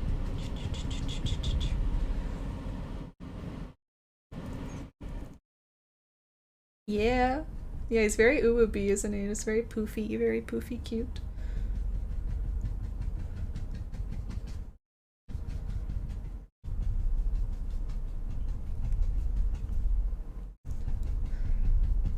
I might even darken that just a wee bit more, and then we'll go on to the next color. I think I just want to darken it right in here. There we go. Yeah, you can adjust that too. Just add a little more black or a little more white to your gray. Just brush it on top. It's all good to layer it, so. All right, that's the first darkest color. Just give my arm a little rest there. It's been holding it up. Bassoon and flute and piano guitar. Oh my gosh, you're like a whole band, Vonda. I played the flute too at one point. I've always wondered if I were to pick up a flute if I could probably do the scale still, but it's more reading music for me I think I'd have trouble with at this point. That always took me a little bit. Alright, so as I'm resting my arm, I'm just going to mix a little more gray here. I'm just mixing a little bit of a lighter gray, so I'm not quite getting to this gray yet, like kind of this main area in here. I'm just adding a little bit of lightness for the ears here. I want to do that, and then maybe a little bit more on the body is what I'm going to aim for. Oh, thanks, Vonda. That's nice. It's looking nice and fluffy so far. So I would call this more of a medium gray is what we're going for. It's not really dark, it's not really light, it's more of just a medium regular gray in there.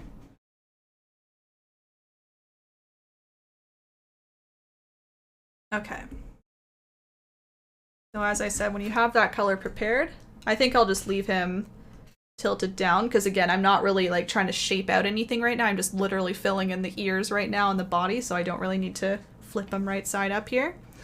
Yeah, I'm just adding this new color. I'm going to darken that a tiny bit so it blends a little bit better. Adding this new color for the rest of the ears. So same thing, using the tip of my brush and flicking. Then I'll start flicking down. You kind of follow the direction of where the ear is going. So I was flicking up and around, but also like down now that I'm on the flop there. Again, flicking slightly outside of the edges so you get those little furry bits coming off. Lynn, welcome back. The guys are gone for a nap. Oh, so you can't watch anything. All good, all good. Welcome back. We're adding the fur to the bunny. Noop, noop. Oh, cute.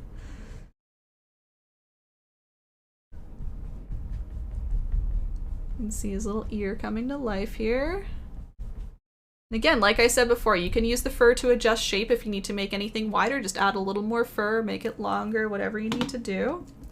And to help blend these colors, I should go over that too. We kind of have this dark gray and more of this medium gray. You can just kind of flick a little into the dark gray, just very lightly, so that it almost kind of transitions from dark to light, right? You're just kind of layering it on top. You're not doing a harsh stop or anything. You can lightly flick just tiny bits, and that way it looks like it's transitioning. It's not a harsh edge or anything like that. We're gonna go up here.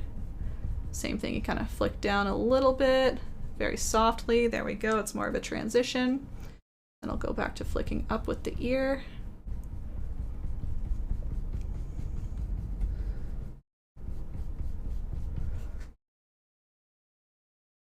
We're going over here.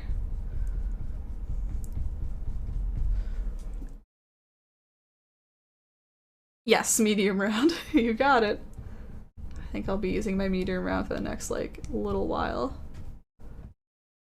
I'll only use my small brush pretty much for the whiskers, like the nose and eyes maybe.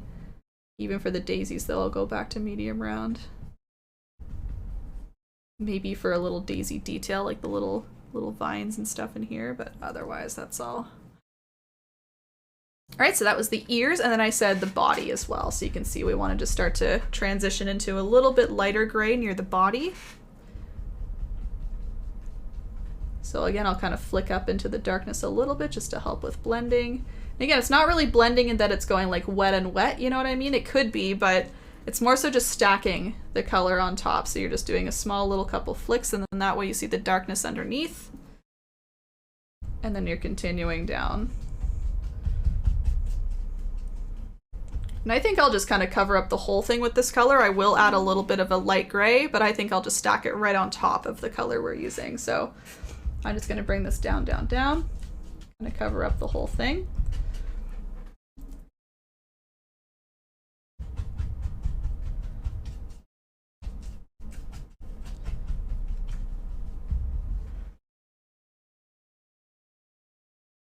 And again, go back to other colors if you need to. I just want to fix up the dark gray a little bit. I think my light gray kind of overlapped a bit, so I'm just grabbing dark gray and flicking down instead. That works just as well.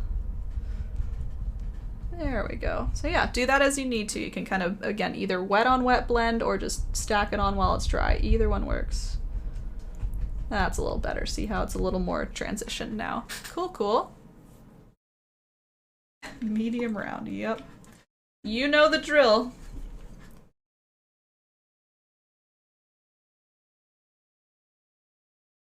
Okay. I'll give a quick minute, very quick, like half minute actually for that, and then we're going to move on to a lighter gray. We just want to keep going along here. So I'm looking next, if you're looking for the shade of gray, I'm looking for like all of this gray in here. It's pretty much all the same shade except for kind of the nose. Maybe there's a little light gray in here, but mostly just this next shade. It's what I consider to be like a light gray. Not the lightest gray, but a light gray. Oh, excuse me a quick second.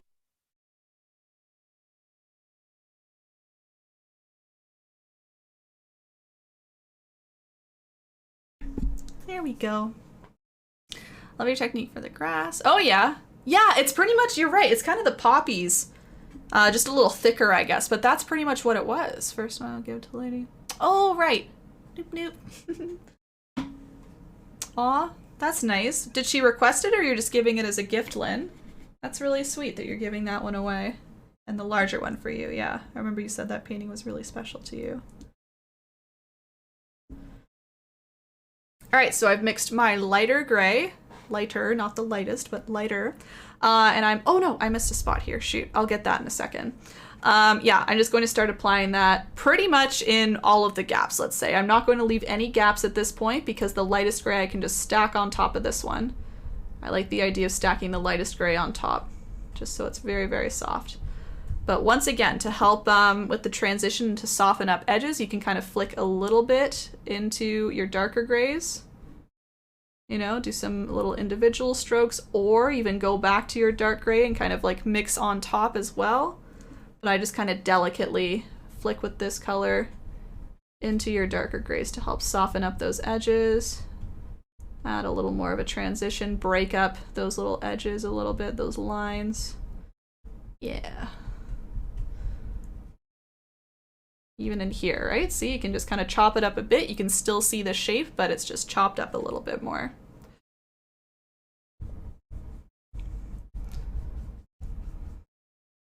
Same thing, kind of going along the edges, softening those. You can see I kind of like to do the edges first. It's like all the hard work almost. You're kind of like concentrating on the very precise flicking to get all those little edges fixed up, all the blending fixed up.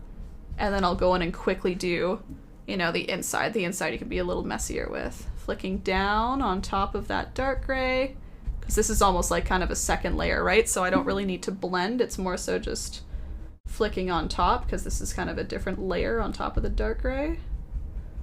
Keeping that nice arch. And then I guess I'll do a careful flick into here. Oops, that was a little harsh. See, I can either wipe that away or just grab more dark gray later and re-add it. If you start to cover it a little too much, which I think I did, which is okay. It's looking good, and now I'll just cover up, again, anywhere in the middle here. So just using my brush, flick, flick, flick, flick, flick, all in there. And you can see now it's coming off nice and clean. We had a little bit of that green kind of mixing in with our first layer, but now that that's nice and dry, we have a nice clean layer going on. That's why I was saying don't worry about the green at the start. We just cover it up anyway. It's always just that base layer that can be nice and messy. Still trying to understand the flicking motion. I understand the motion of the back end of the brush for the motion, but gosh darn, I just can't get it. One day I will. The flicking, so I guess I should barely say flicking for inside here gray. Is this what you're saying? Because I'm more so brushing, I would say. I'm not worried about flicking very precisely in the middle, if that's what you're asking. In here you can see I'm being quite messy. I'm more so just doing small brush strokes at this point. I'm pressing quite hard, I would say.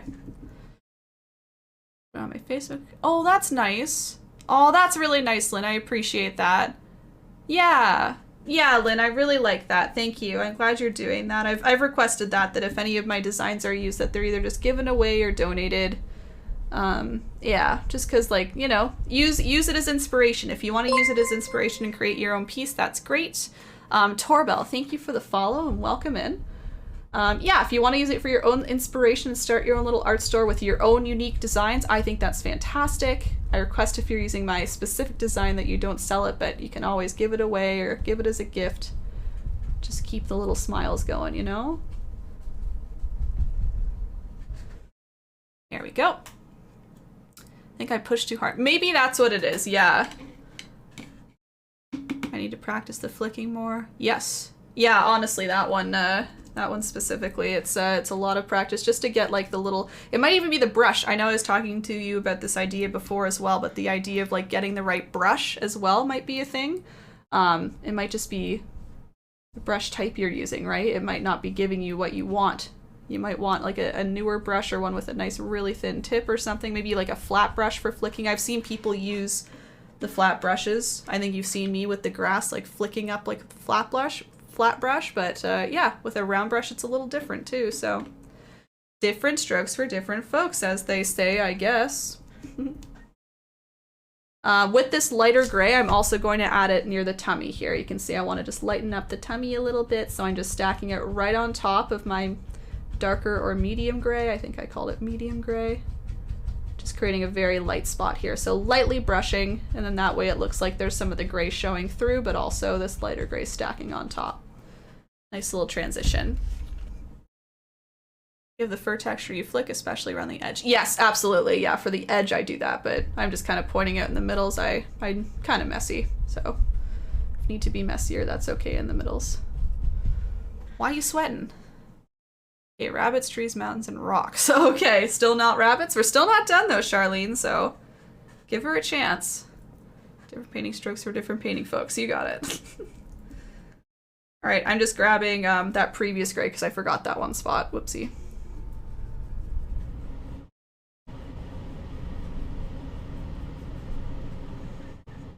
Cool.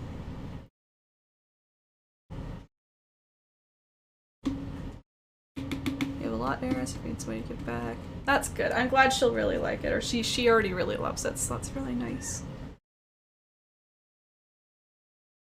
Okay, I'll move on to the last shade, and then I'll give like a minute or two just to make sure everyone's good and caught up here, but I'm just mixing now a very, very light shade of gray, so lots of white, tiny bit of gray or black in there. And I like to just throw a little right by the nose, just for a nice little highlight where the eventual nose would go. Just flicking my brush as usual, flick, flick, flick, so kind of flicking down and over, down and over. Again, even more like a little moustache.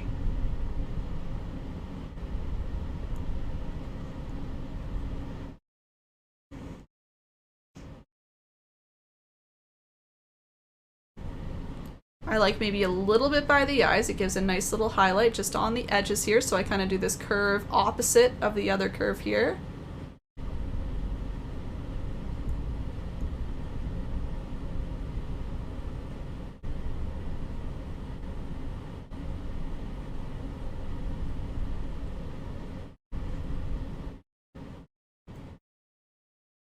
And then you can see I like to highlight just a little bit kind of at the bottoms of the cheeks here. So just a wee bit, again, same thing, lightly stroking.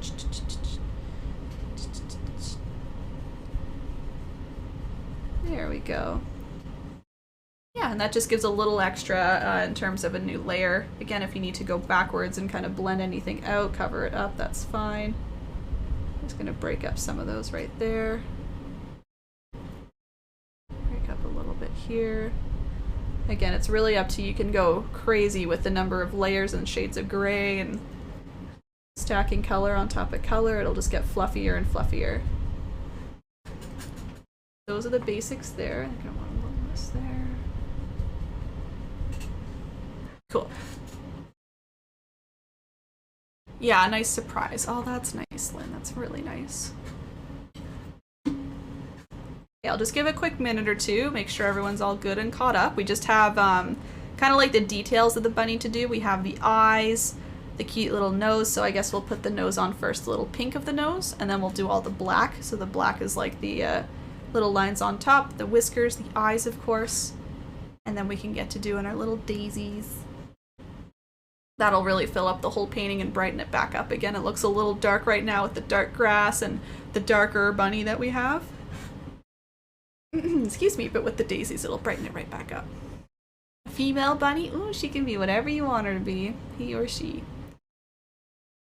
She has very, yeah, very twinkly eyes. I just love the eyes. I try my best to put those little eyes on a lot of different animals, the nice big ones. Yeah, and the pink nose too, yeah. Yeah, everyone on Twitch helped me with that one. I remember not really getting the nose right, and people are saying I think it needs a little more pink, and I think it really, really cleaned it up for sure. And the wreath. I love the little flower crown, yeah. The daisy chain flower crown, whatever you want to call it. Yeah, I think it's adorable. That's my whole vision. I just wanted a little animal with some flowers on him. So cute. Yeah, with the mascara, yeah. Maybe it's natural though. Maybe she's born with it. Maybe it's Maybelline. I don't know.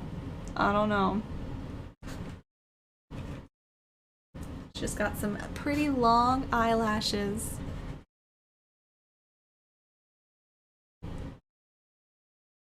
Okay, so what I'm doing on my plate is I'm just mixing a little bit more pink. I know we had pink before, but mine kind of dried, so I'm just grabbing a little more red and white and mixing them together with my teeny tiny brush. I've switched to my little brush for now. Teeny tiny.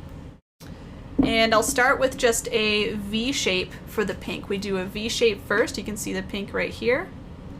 Just a V, and then we'll do the V in black, but also a line coming down as well. So we want this to be kind of close to this little peak here. So we're going to go anywhere in this white area, and then the black line will come down. So again, a V shape, a nice thick V.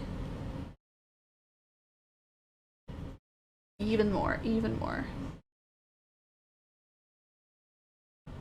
Because we want this pink to still show up when we add a little black line on top. So I'd make it a little thicker. And then the black line will be a little thinner and detailed. Pink V.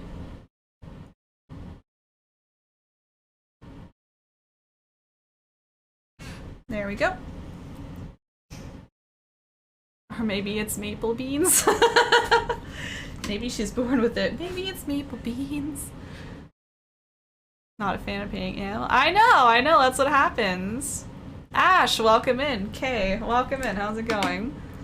Yeah, she thick. That nose is thick. Okay, and then once we have the pink, we can start to add black. So I'm just using the same teeny tiny brush. I'm grabbing some black paint. And we can actually add it right on top of the pink as it's still wet, if you'd like. If you'd rather let it dry, that's okay too, but I find it doesn't make much of a difference here. So I'm just doing a thin black line coming down the V shape. And I don't connect these lines, by the way. These are all kind of separate. They all kind of come towards a little middle point, but they don't connect. So I'm just doing one solid black line, doing another solid black line, not connecting them.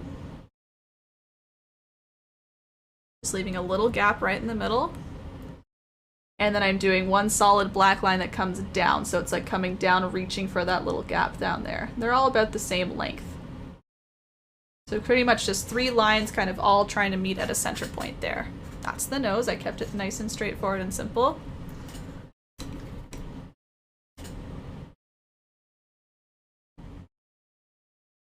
I'll throw some whiskers on next, and I know the whiskers might be a wee bit intimidating just because they're thin. So just take your time with them. If I can give you one piece of advice, it would be to water down your black paint just a little bit. If you're scooping up a big blob of black paint onto your brush, of course, it's probably going to come off a little bit thicker. So I would instead dip your brush into some water, kind of wiggle it around into a small little pile of black just to liquefy it a bit, and then that way the paint isn't bulking up on your brush. It's just kind of coating the bristles, and that'll allow for a thinner line. Another thing you can do is just wipe your brush on the edge of your plate, and that of course helps just line up your bristles. So it's kind of like preparing for the whiskers. Otherwise, I just try my best to go for it. I know that's the scariest part. You just gotta do it, go for it. A quick motion, very light-handed as well. So I'm kind of using my fingertips kind of at the end here to allow it to go, whoosh, rather than going up here and trying to harshly sketch it in. I try my best to just be very light and loose with it. Here I go. I'm gonna start anywhere, just kind of like where that dark part of the cheek is, or maybe a little bit further in. 1, 2, 3. I'm gonna reload my brush. 4, 5. One was a little shaky, but others were okay. And I'm also resting my elbow. You can't really see, but I have a chair here. I find resting my elbow helps rather than being up in the air and wiggly. I'm resting my elbow, and that way I can just move my fingers. I'm just going whoosh, whoosh, whoosh. Okay, ready? I'll do it again. Whoops, so that one didn't go all the way. 1, 2. My chair's a little far away for this technique for the other side. Let me move over. You can still see, right? Yeah, sorry about my head. Hold on. 2, 3, 4, 5. Oh, 5. All right, cool. It's always a little scary, but again, if you really brace yourself and kind of prepare yourself, it's a lot easier. Do all the work first, all the little prep work first.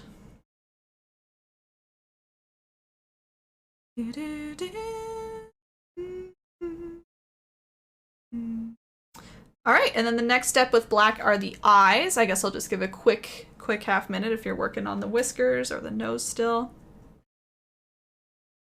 Whisker is cute on a bunny, but me, I have to remove it. Oh yeah, just because you have to practice it a bunch. Yeah, they're cute. But again, as I said, it's it's a little scary, Lynn. It's a little scary. I know it's like a solid black line. You're like, but I want it super thin and I want it to curve and go a certain direction. So I get it. It's practice. And you can remove it with the gray if you feel like you don't like it, and then just try again. Ash, thank you for the official follow. I see you there. Welcome in. Feel free to chat if you like, or just enjoy. We're just not really at the end, but like nearing the end of this tutorial. It's a step-by-step acrylic painting tutorial. Oh, because you grow, oh, I see, on yourself. Oh, Lynn, you're cute. Oh, dear. I thought you meant on your paintings, and I was like, oh, okay, you're just trying again. I see. You don't like whiskers on you. I gotcha. You don't want to be a cute bunny? Did you see when I was making this on Twitch, Lynn? I gave myself little whiskers. I was just painting with little whiskers on me. I had them like that. Oh. 1, 2, 3. 1, 2, 3. Yeah, that was fun. Oh, thanks, Ash. Thanks. Yeah, I'm doing this step by step, so you're welcome to ask any questions if you want. Follow along. Yeah, Lynn, it's a good job. Totally misinterpreted. Oh, thank you. But under your nose, I see. Yeah, it just makes it a little more fun. I'll put a pink nose on too in a second. All right, let's go for the eyes here. So what I like to start with the eyes is just the inside curves. So you can see it kind of curves on the inside. And then we do nice round circles that kind of get chopped off a little bit at those curves. Is it dripping? I hope not. Yeah, so nice round eyes, but they kind of get lost in these curves. They're kind of like inside the fur or socket there, of course. So yeah, we're just kind of doing a C shape almost, a very like light C shape. It's not very, very curved. Just something like that, kind of following along where you highlighted almost. Remember that highlight? Right there. Again, if you want to twist it just so you can get these curves similar. Oops, that's fine. So even now I feel like I need to center it more like that. Cool.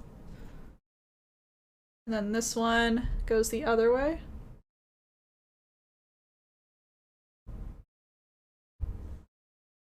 He looks like he's going, ooh, you know, he's kind of squinty. You know what? And this one's a little further in, I'm noticing, so I might need to adjust a little bit.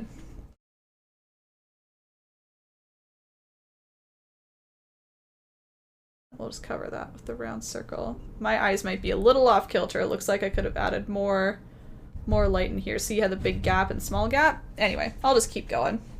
You can adjust those things as you go along. But yeah, now what I do is I do the nice round circles of the eyes. So you're kind of doing a big circle within that little curve almost. So you don't really see this edge. It kind of gets lost, but it's more so this outside edge on the left on this side.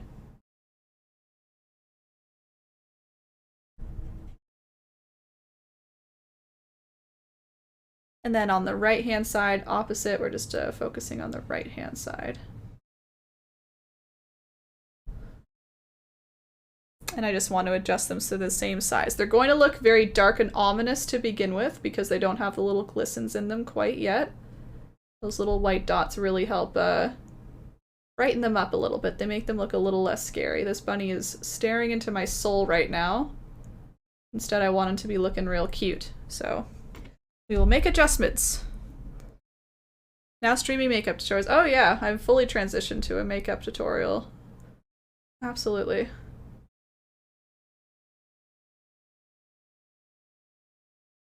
Lori, I forget if you saw when this was months ago at this point, when I did the tiny face on my face. That was kind of a makeup tutorial. I was going through a video and making a quote-unquote tiny face. Do you remember that? Aw, thanks, Lynn. So again, if I had more time or if I wanted to, I'd be cleaning up this edge here. It's a little bit dark and thick right now, but for now I'm just kind of concentrating on the round eyes here. There we go. Somebody's looking like that way. Again, they look kind of bulgy and a little like wide right now, a little dark, but when we add the little white glistens, it'll soften it up a little bit. I want to add our little eyelashes as well, the mascara. So I'm just using black paint, and I like to kind of curve out and up, so out to the right and up on the right-hand side. I just do 2 or 3 times. On the left, I'll go out and up on the left, out and up, out and up. And that even like pretties it up a little bit too, makes it look a little softer with some eyelashes. Again, not quite staring into our soul anymore.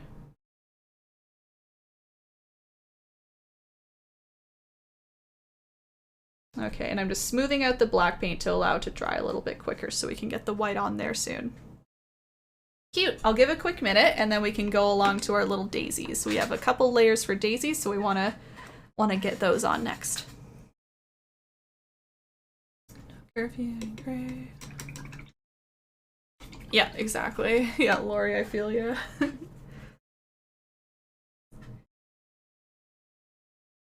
Yeah. So, pretty much, Lynn, just opening up an art store. I want to be able to sell my art. A lot of people at this point have been asking about buying my art, Lynn, and I don't have anywhere to send them. I just say, like, you know, private message me if you're serious about, you know, laying down some money for some art, but I don't have anything priced. I don't have it properly displayed. So what I'm trying to do, Lynn, is create a website for all of that and also sell some prints of my art.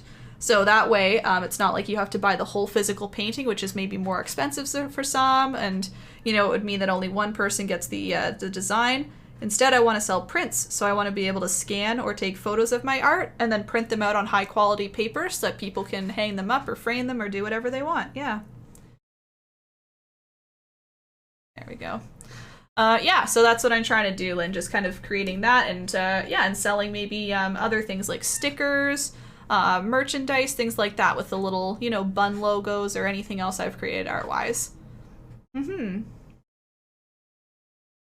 Oh, Charlene. We're still not done. We still have little glistens, but yeah, try your best to look at the shape, see what's different, and keep layering on some fur. That'll probably help you there.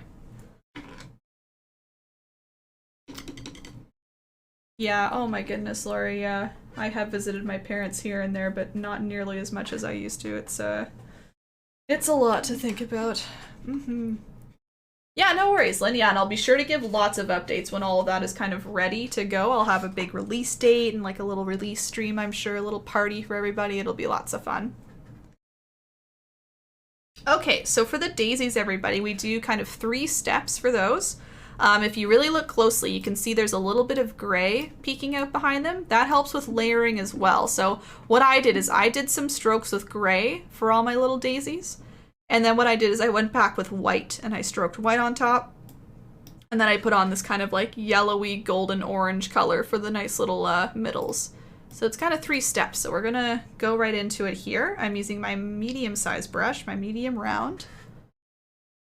A bear koala. Oh, I feel like that's close. You just need some larger ears probably. I could totally imagine a koala without the ears, that same face shape. So I think you're pretty close, honestly. So I'm mixing a very light gray to begin with on my medium round, okay? And what I do is I use the tip of the brush. Why are we listening to internet connecting? This is an intro. Oh dear. that was a noise that was my whole childhood. Anyway, what I do is I use the tip of the brush and I choose kind of a middle point. So let's say the middle point is here. I'm just going to use the tip and I'm going to kind of lay the tip down and pull into the middle. And that creates 1 petal. Let's tilt the brush a bit more. Rest it on the canvas, pull in. That's another petal. Tilt the brush, I'm trying to show you there without covering. And pull in. 3, 4, 5.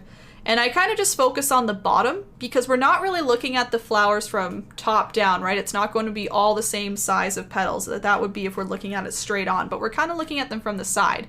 So in theory, what I would think is that we're kind of seeing some longer petals on this side and then probably some shorter ones on this side. So I just kind of do a couple quick little ones on the other side. We're barely going to see those ones. It's more so these front ones and maybe the sides. So that's my strategy there. And that's how you make 1 little daisy. So that was nice and slow. I'll do another slow one again, but I'll probably speed up after this one. So choose your middle point, pull in, pull in, pull in. And again, I'm kind of rotating around with my brush, just pointing it in the right direction. And then maybe just a couple quick ones up here. That's another. So I'm just gonna whip around and do a bunch. You can do them wherever you want. I really like to fill this up with all my little daisies, so I'm just gonna start to add them everywhere. Don't forget about maybe adding some way up here. Maybe they've grown nice and tall. And again, this is with light gray. I'll be doing white next, and that way it pops right off of the light gray. Adds a nice highlight on top.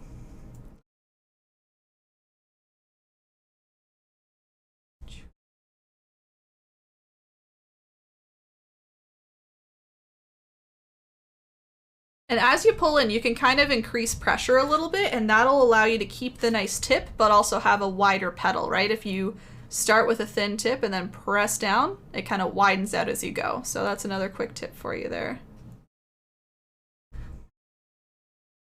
And you put around 7-8 petals. Oh, good question. That's about right, Lynn. Yeah, I'm kind of counting like 5 or 6 kind of in the front, and then I just do like a couple small ones in the back because you barely see those. Yeah, that's about right, Lynn. Good question.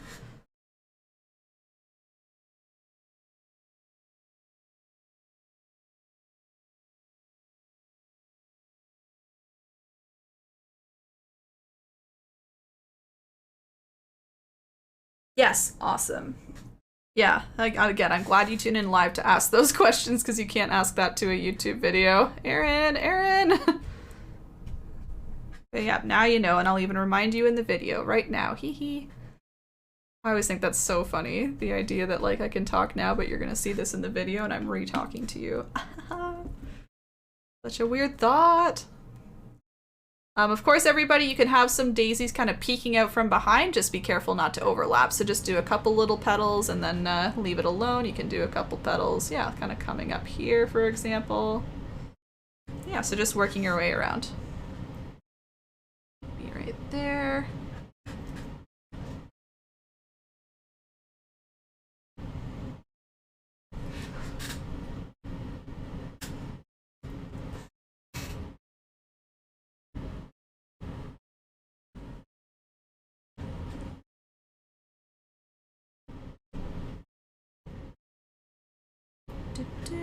Gonna add a few more, and then I'll start doing the daisy chain too. It's the same technique for the daisies on the bunny, by the way. They're just a little bit smaller. That's really the only difference. Same idea though.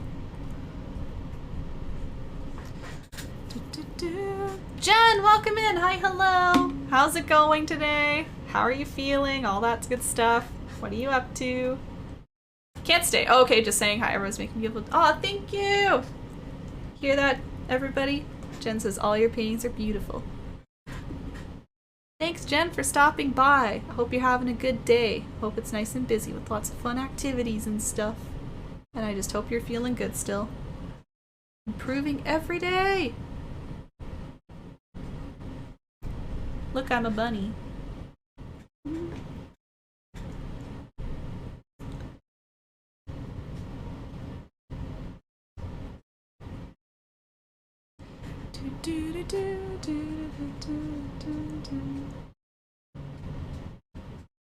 Okay, I'm just doing a couple on the side here, maybe one more high in the sky.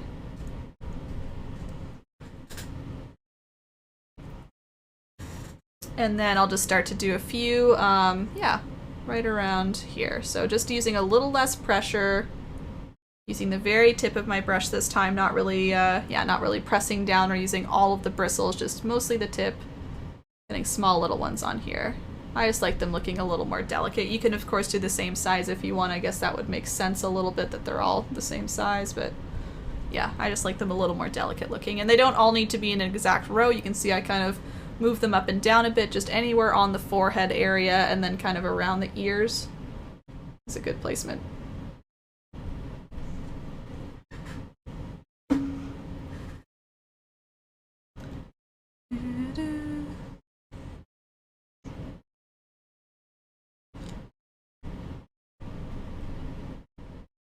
Let's go like here. And then maybe one over here. And I do add a little bit of greenery, so if you feel like it's still looking a little empty, you can always add a little bit of green. You can see like, I don't know if they're vines or leaves or whatnot, but yeah, I guess leaves. You can see them all kind of poking in here. There we go. Thanks for the lurk, Lori. All right. So now that all the gray is on, now we can just kind of do something similar with the white. The only difference is I would maybe do a little less white so that some of the gray shows through. So this is what I mean. It's not like you're adding less paint. You're just doing maybe a smaller stroke so that you have some gray. Oops, you can't really see that. Hold on. Let's bring you over here. There we go. So yeah, you can see some gray petals showing through. That's the whole idea. So it just creates another layer. It creates a little bit of yeah, depth in there. So yeah, just a smaller brush stroke here and there, allowing the gray to show through a little bit. You don't need to overthink it. If it happens to cover it up, that's okay. Just here and there, you can see the gray kind of showing through on the edges or maybe at the back or anything like that. So there you go. That's the idea. Cool. I hope everyone likes this new layout, by the way. It's a little bit different than usual. I think I just maximized the space a little bit better. So if there are any opinions, you can let me know. But yeah, here's my white paint. And I'm just going to start on the first daisies that I made here because they're the driest, or they're probably just completely dry. And I'm just laying on that white the same way. And you can see how it brightens it right up. It's way more like a daisy now. But you still get that kind of depth and dimension with the gray behind it. There we go. And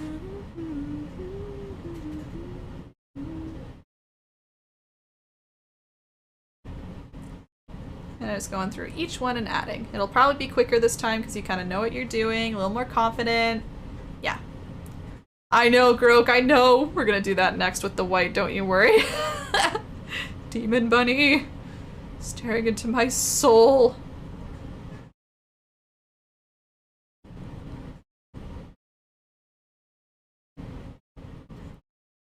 It's crazy what the little white dots do in terms of like making it cuter.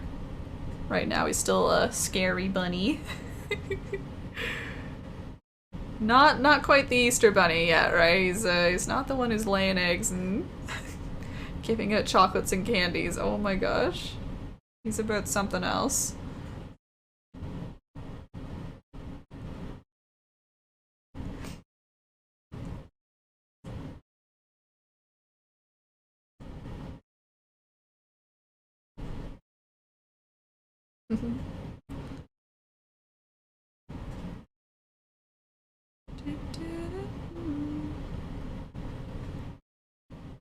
Oh, I missed one over here. Can't miss any of them there. It's way obvious when I look at the camera, like, oh, dark flower over there. He literally he's already taken souls. That's why his eyes are so big. They just grow. They grow with each soul he's taken. We'll bring you back to life, bunny, I swear. We'll save you. Lynn. Oh, no, that's Belina. Sorry. I was like, Lynn, welcome in. No, you've been here the whole time. It messed me up with the little alert. Is it Belina? Belena?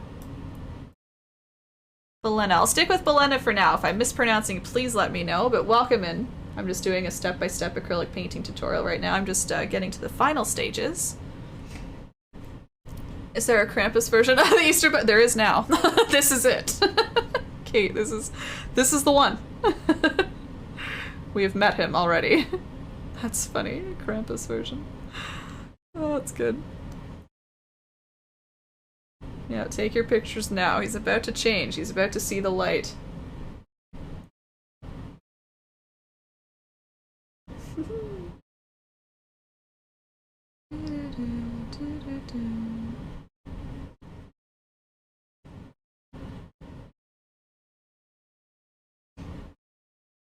Okay, yeah, that's all, isn't it? Alright, cool. You can see again how much they brightened up, but we still have the nice kind of gray tones kind of showing through. So again, lots of layers to these petals. Not lots, but a couple layers, you know? Now, we've just been commenting on the demon eyes of the bunny a bunch, so let's fix that up. Now that we have white paint, we might as well put some little white in the eyes. As long as the black is mostly dry, a little bit sticky, you can just kind of plop on some very big blobs of white, and that'll stick really nice on top of everything there. So I've got my teeny tiny brush now. I'm just grabbing white paint. You could use your medium round, I guess, but this is maybe a little cleaner. What I like to do is I like to pop on a nice big round white spot right kind of near the top. And again, if your black paint is wet, you won't want to swirl it a whole lot. You'll just kind of want to pop it on and leave it alone. I'm able to very lightly kind of move it around with my brush right now, so I'm gonna do that. I'm still keeping it thick because my black is still a wee bit wet. So I do one bigger dot kind of near the top middle, and then I like to do two smaller dots kind of on the kind of bottom left area, and I'll mirror it for the other side, so bottom right for the other side. Kind of like that. I think I'll make this first spot a little bigger up here personally. You can just play around with the sizes yourself.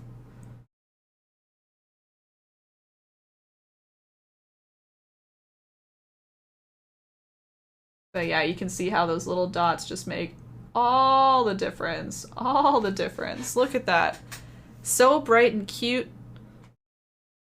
Not taking souls. Good job, bunny. There's my two other dots kind of, again, complementing on the other side.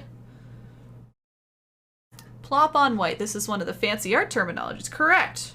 When I didn't go to art school, I learned very fancy terminology, like plop the paint on. Yes, absolutely. Only the finest of artists know. We got a raid? Joe! No way! Yo! I was peeping the fact that you were on, honestly, and I was all like, I'm coming for you, because I saw you doing sub-squares and I got all excited. Joe, thank you for bringing your people here. Welcome in, everybody, from Joe's community. Oh my gosh, this is so fun. Everyone can see what I'm doing. Hello. Hi, everybody.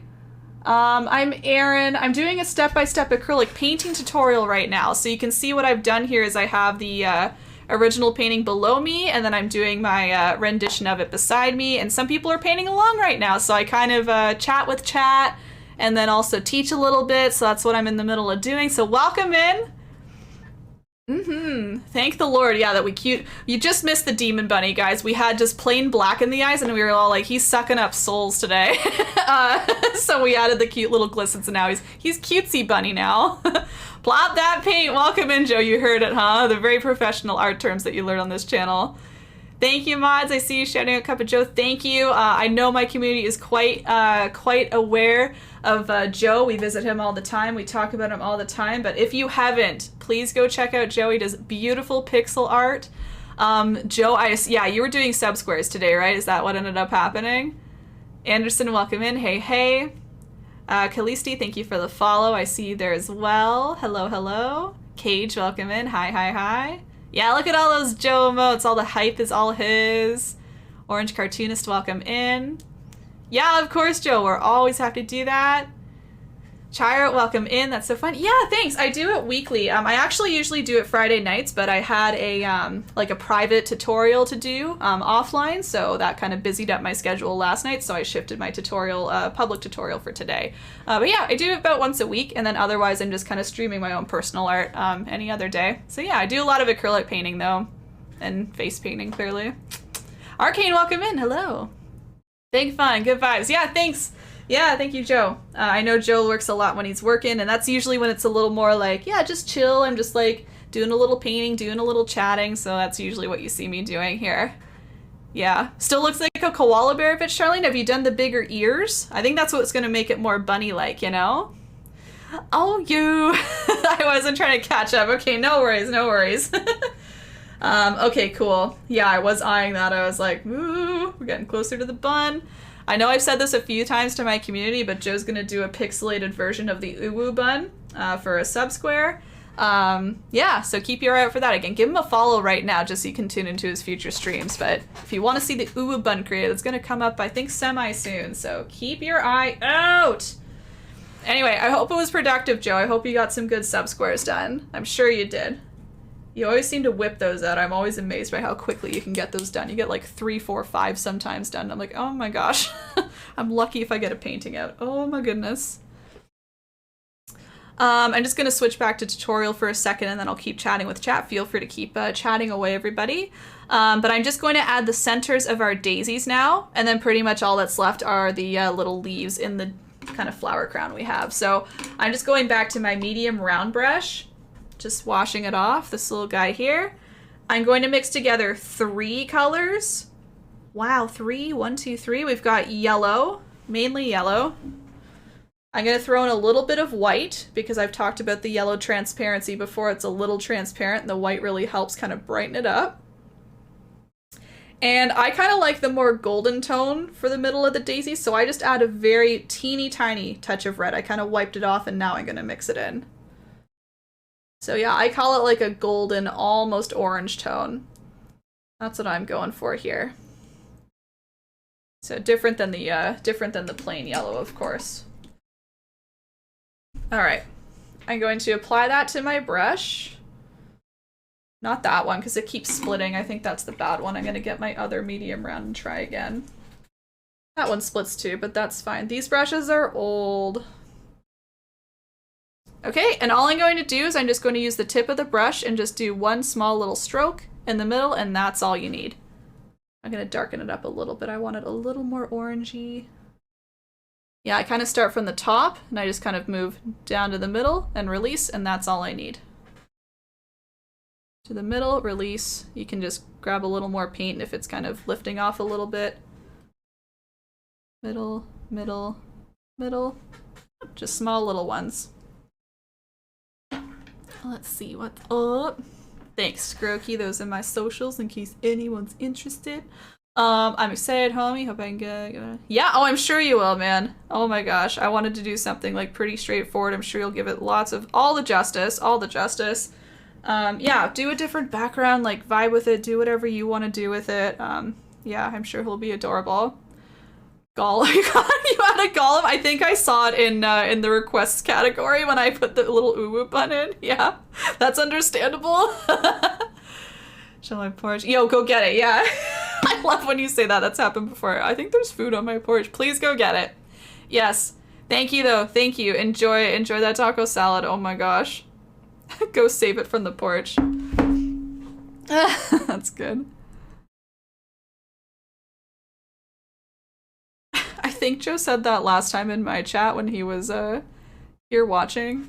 And then we all started having a discussion of like how long it needs to be outside before somebody is allowed to take it. Are you legally allowed to take it after like 15 minutes?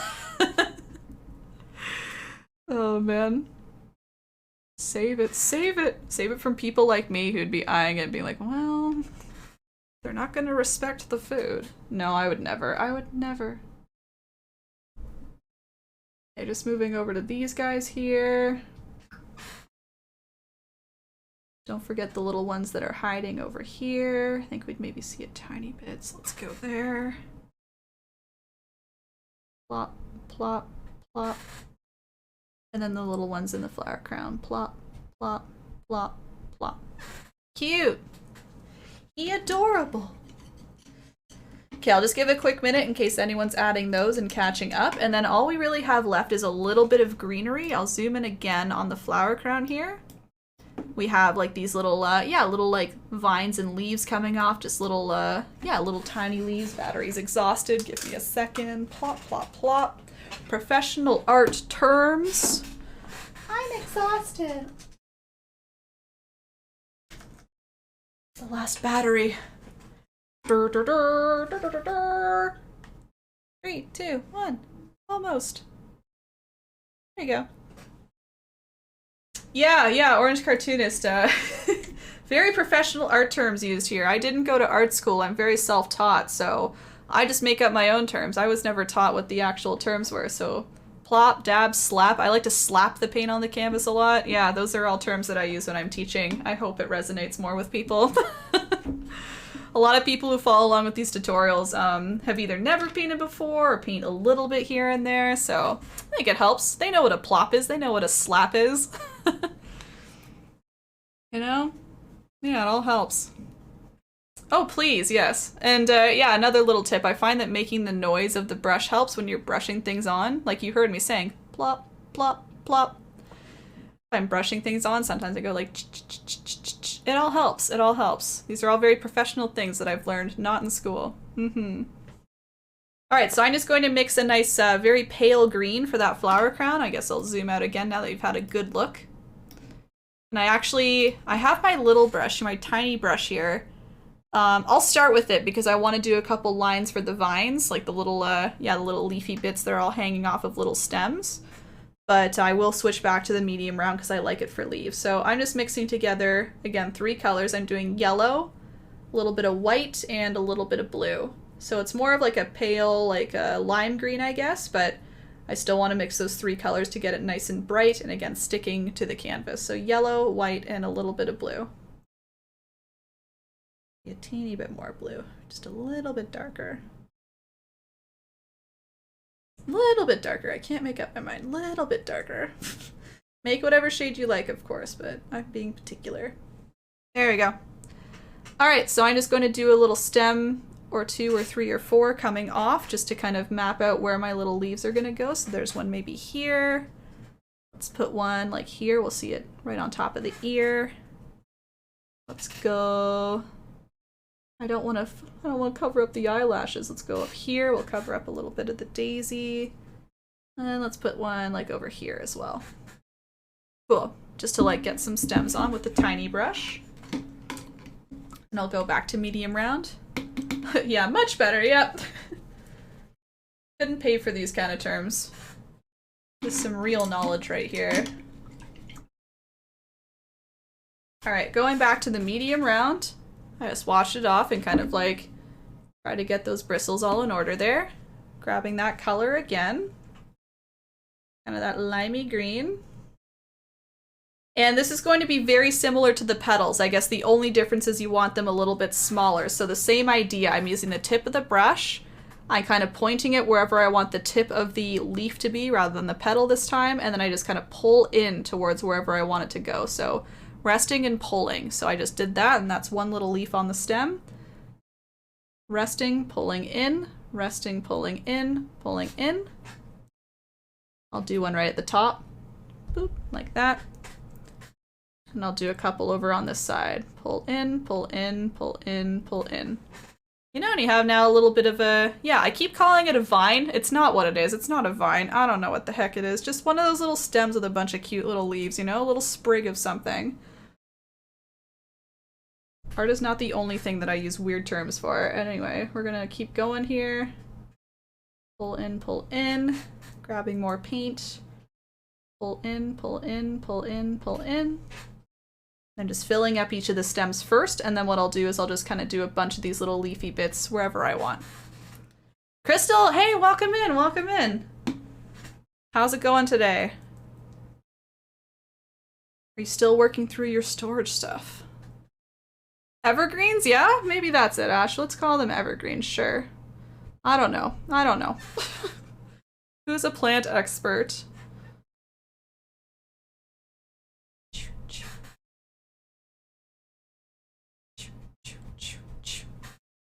Cute, cute. And then you can just use that same strategy and technique for just small little leaves wherever you want. So I don't really connect all these with like a solid line or anything like that. I just kind of add little leaves, you know, wherever I see big gaps in between the flowers. I just start to, again, rest the brush, pull in, lift up. That's all. And I'm just, you can see, switching the direction each time so it looks like the leaves are all going different directions. One's going down, one's going up. Try again, up. Maybe over here it's pointing out. Yeah. You can make them kind of hide amongst the daisy petals if you want, just kind of poking out there. Fill it up as much as you like. And I was saying before, I mean, if daisies aren't your vibe, you can just kind of use the same technique with a different color. You can do some little pink flowers or purple or blue, whatever you want. Different kinds of flowers, make some pointier petals or rounder petals, but I just liked the idea of keeping it consistent with my daisies personally, so that's what I did here. Here he comes. There he is. Much better. Nice and full with his cute little daisy crown. Whee! His little flower crown. Bunny's ready for the festival. Oh my gosh. All dressed up, ready to go. Still through storage stuff, still overwhelmed, but taking a oh, okay, a picture day. That's good. That's a good idea, Crystal. Kind of like, you can see your progress that way. That's great. That's great. Chamomile leaves. Right, okay. Yeah, I don't know what to call them. You guys know. They're just like little stems with the cute little leaves on them. Yeah, sure. No worries, Charlene. Aw, thank you, thank you. Yeah. See ya. Yeah, have a good rest of your day, Charlene. Okay. So that was the last step of the paint. I'm just gonna look over real quick, but I think that's everything, yeah? Yeah, we got it pretty close, pretty similar. Here's the original. Here's ours. I think I just have like less daisies. My bunny might be a touch darker and actually smaller. I thought I was making him quite big, but I think he's... I know this is a little... Yeah, he's darker for sure and smaller. I don't know how I did it. I thought he was bigger. Oh my gosh. Anyway, similar enough. Sign your paintings if you're all done. Get a little signature on there. I'm just gonna throw a little EB, Erin Bun, right down there. Boing, boing. There we go. Cute. And that's the tutorial. So, if anyone wants to post any photos of their finished paintings, not necessarily right this second if you're still kind of finishing things up, or maybe you want to work on it a little more later, that's fine too. Ferns! Yeah, I think ferns are a good one. Yeah, I think you're right. There's probably so many words, but whatever. Ferns are resonating with me. Here's some links for posting some photos. I keep saying it, but I'll keep saying it again. I have kept saying it, I'll keep saying it again. I love seeing the photos of what everybody makes. So there's just a few ideas for where to post photos. I find that Facebook is still the most popular for photo posting. If you go to my page, erinbunpaints, and then you go to the specific tutorial event page. So again, if you click that, it'll bring you to all the event pages. Just find the one with the bunny on it. You can post in the event group. I'm just going to open it up for posting right now, so that you're welcome to post there.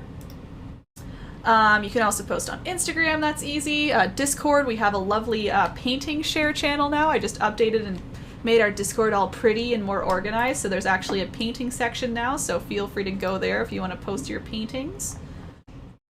Twitter, all the other ones, yep, all of them are there. In terms of the next tutorial, I actually don't have it posted quite yet because I haven't made it yet. I haven't made the design yet. Oh, so I'm hoping to do that today or tomorrow, and then post it up for everybody to see shortly after. But I think it will be next Friday as long as I can get it done in time. Friday night at 8 p.m. back to the usual schedule. So you can keep your eyes out for that if you're interested in doing another live painting tutorial step by step. In terms of when I'll be online streaming next, I'll be back online by Monday. I won't be online tomorrow, but Monday during the day I will be. And then you can see the rest of my schedule posted, of course, in all the usual places. Again, Facebook, Twitch, Discord, I'll post it as well. What else do I usually say? Photos, tutorial, streaming. YouTube, I guess. Yep. If anyone's looking for this tutorial after the fact, you can always watch it here on Twitch immediately after. Even right now, you can be going back and kind of reviewing it. But if you're interested, you can check out all of my previous tutorials on YouTube. I guess that's not linked there because the photos wouldn't have it. Yeah, YouTube is right there though. I have like over 60 at this point posted from my past tutorials, and I'll keep uploading these tutorials as I have time.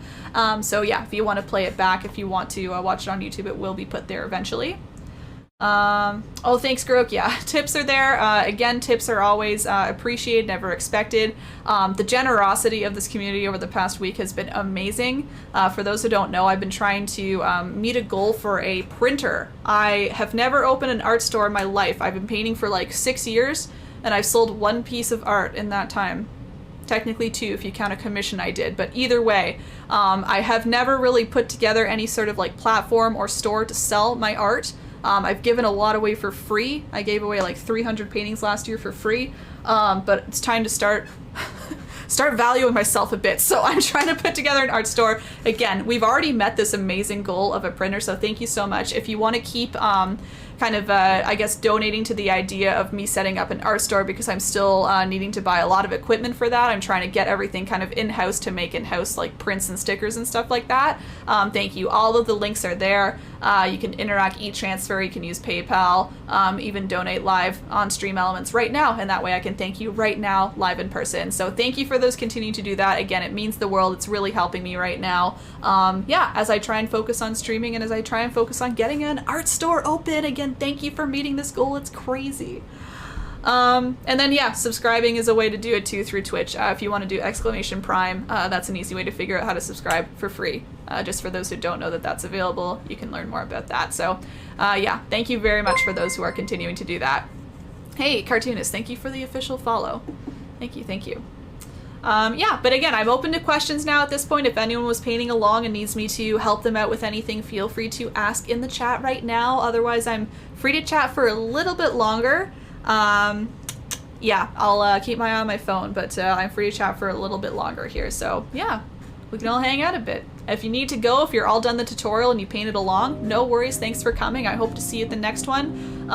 Yeah, again, being here live really helps me out. So thank you for those who are continuing to tune in live to these. Again, all the YouTube views are appreciated as well. And I'm just loving that all of you are creating and painting along with me. But yeah, being here honestly helps a lot as well. So that's a free way to support me. So thank you very much. If you gotta go, thank you for joining me.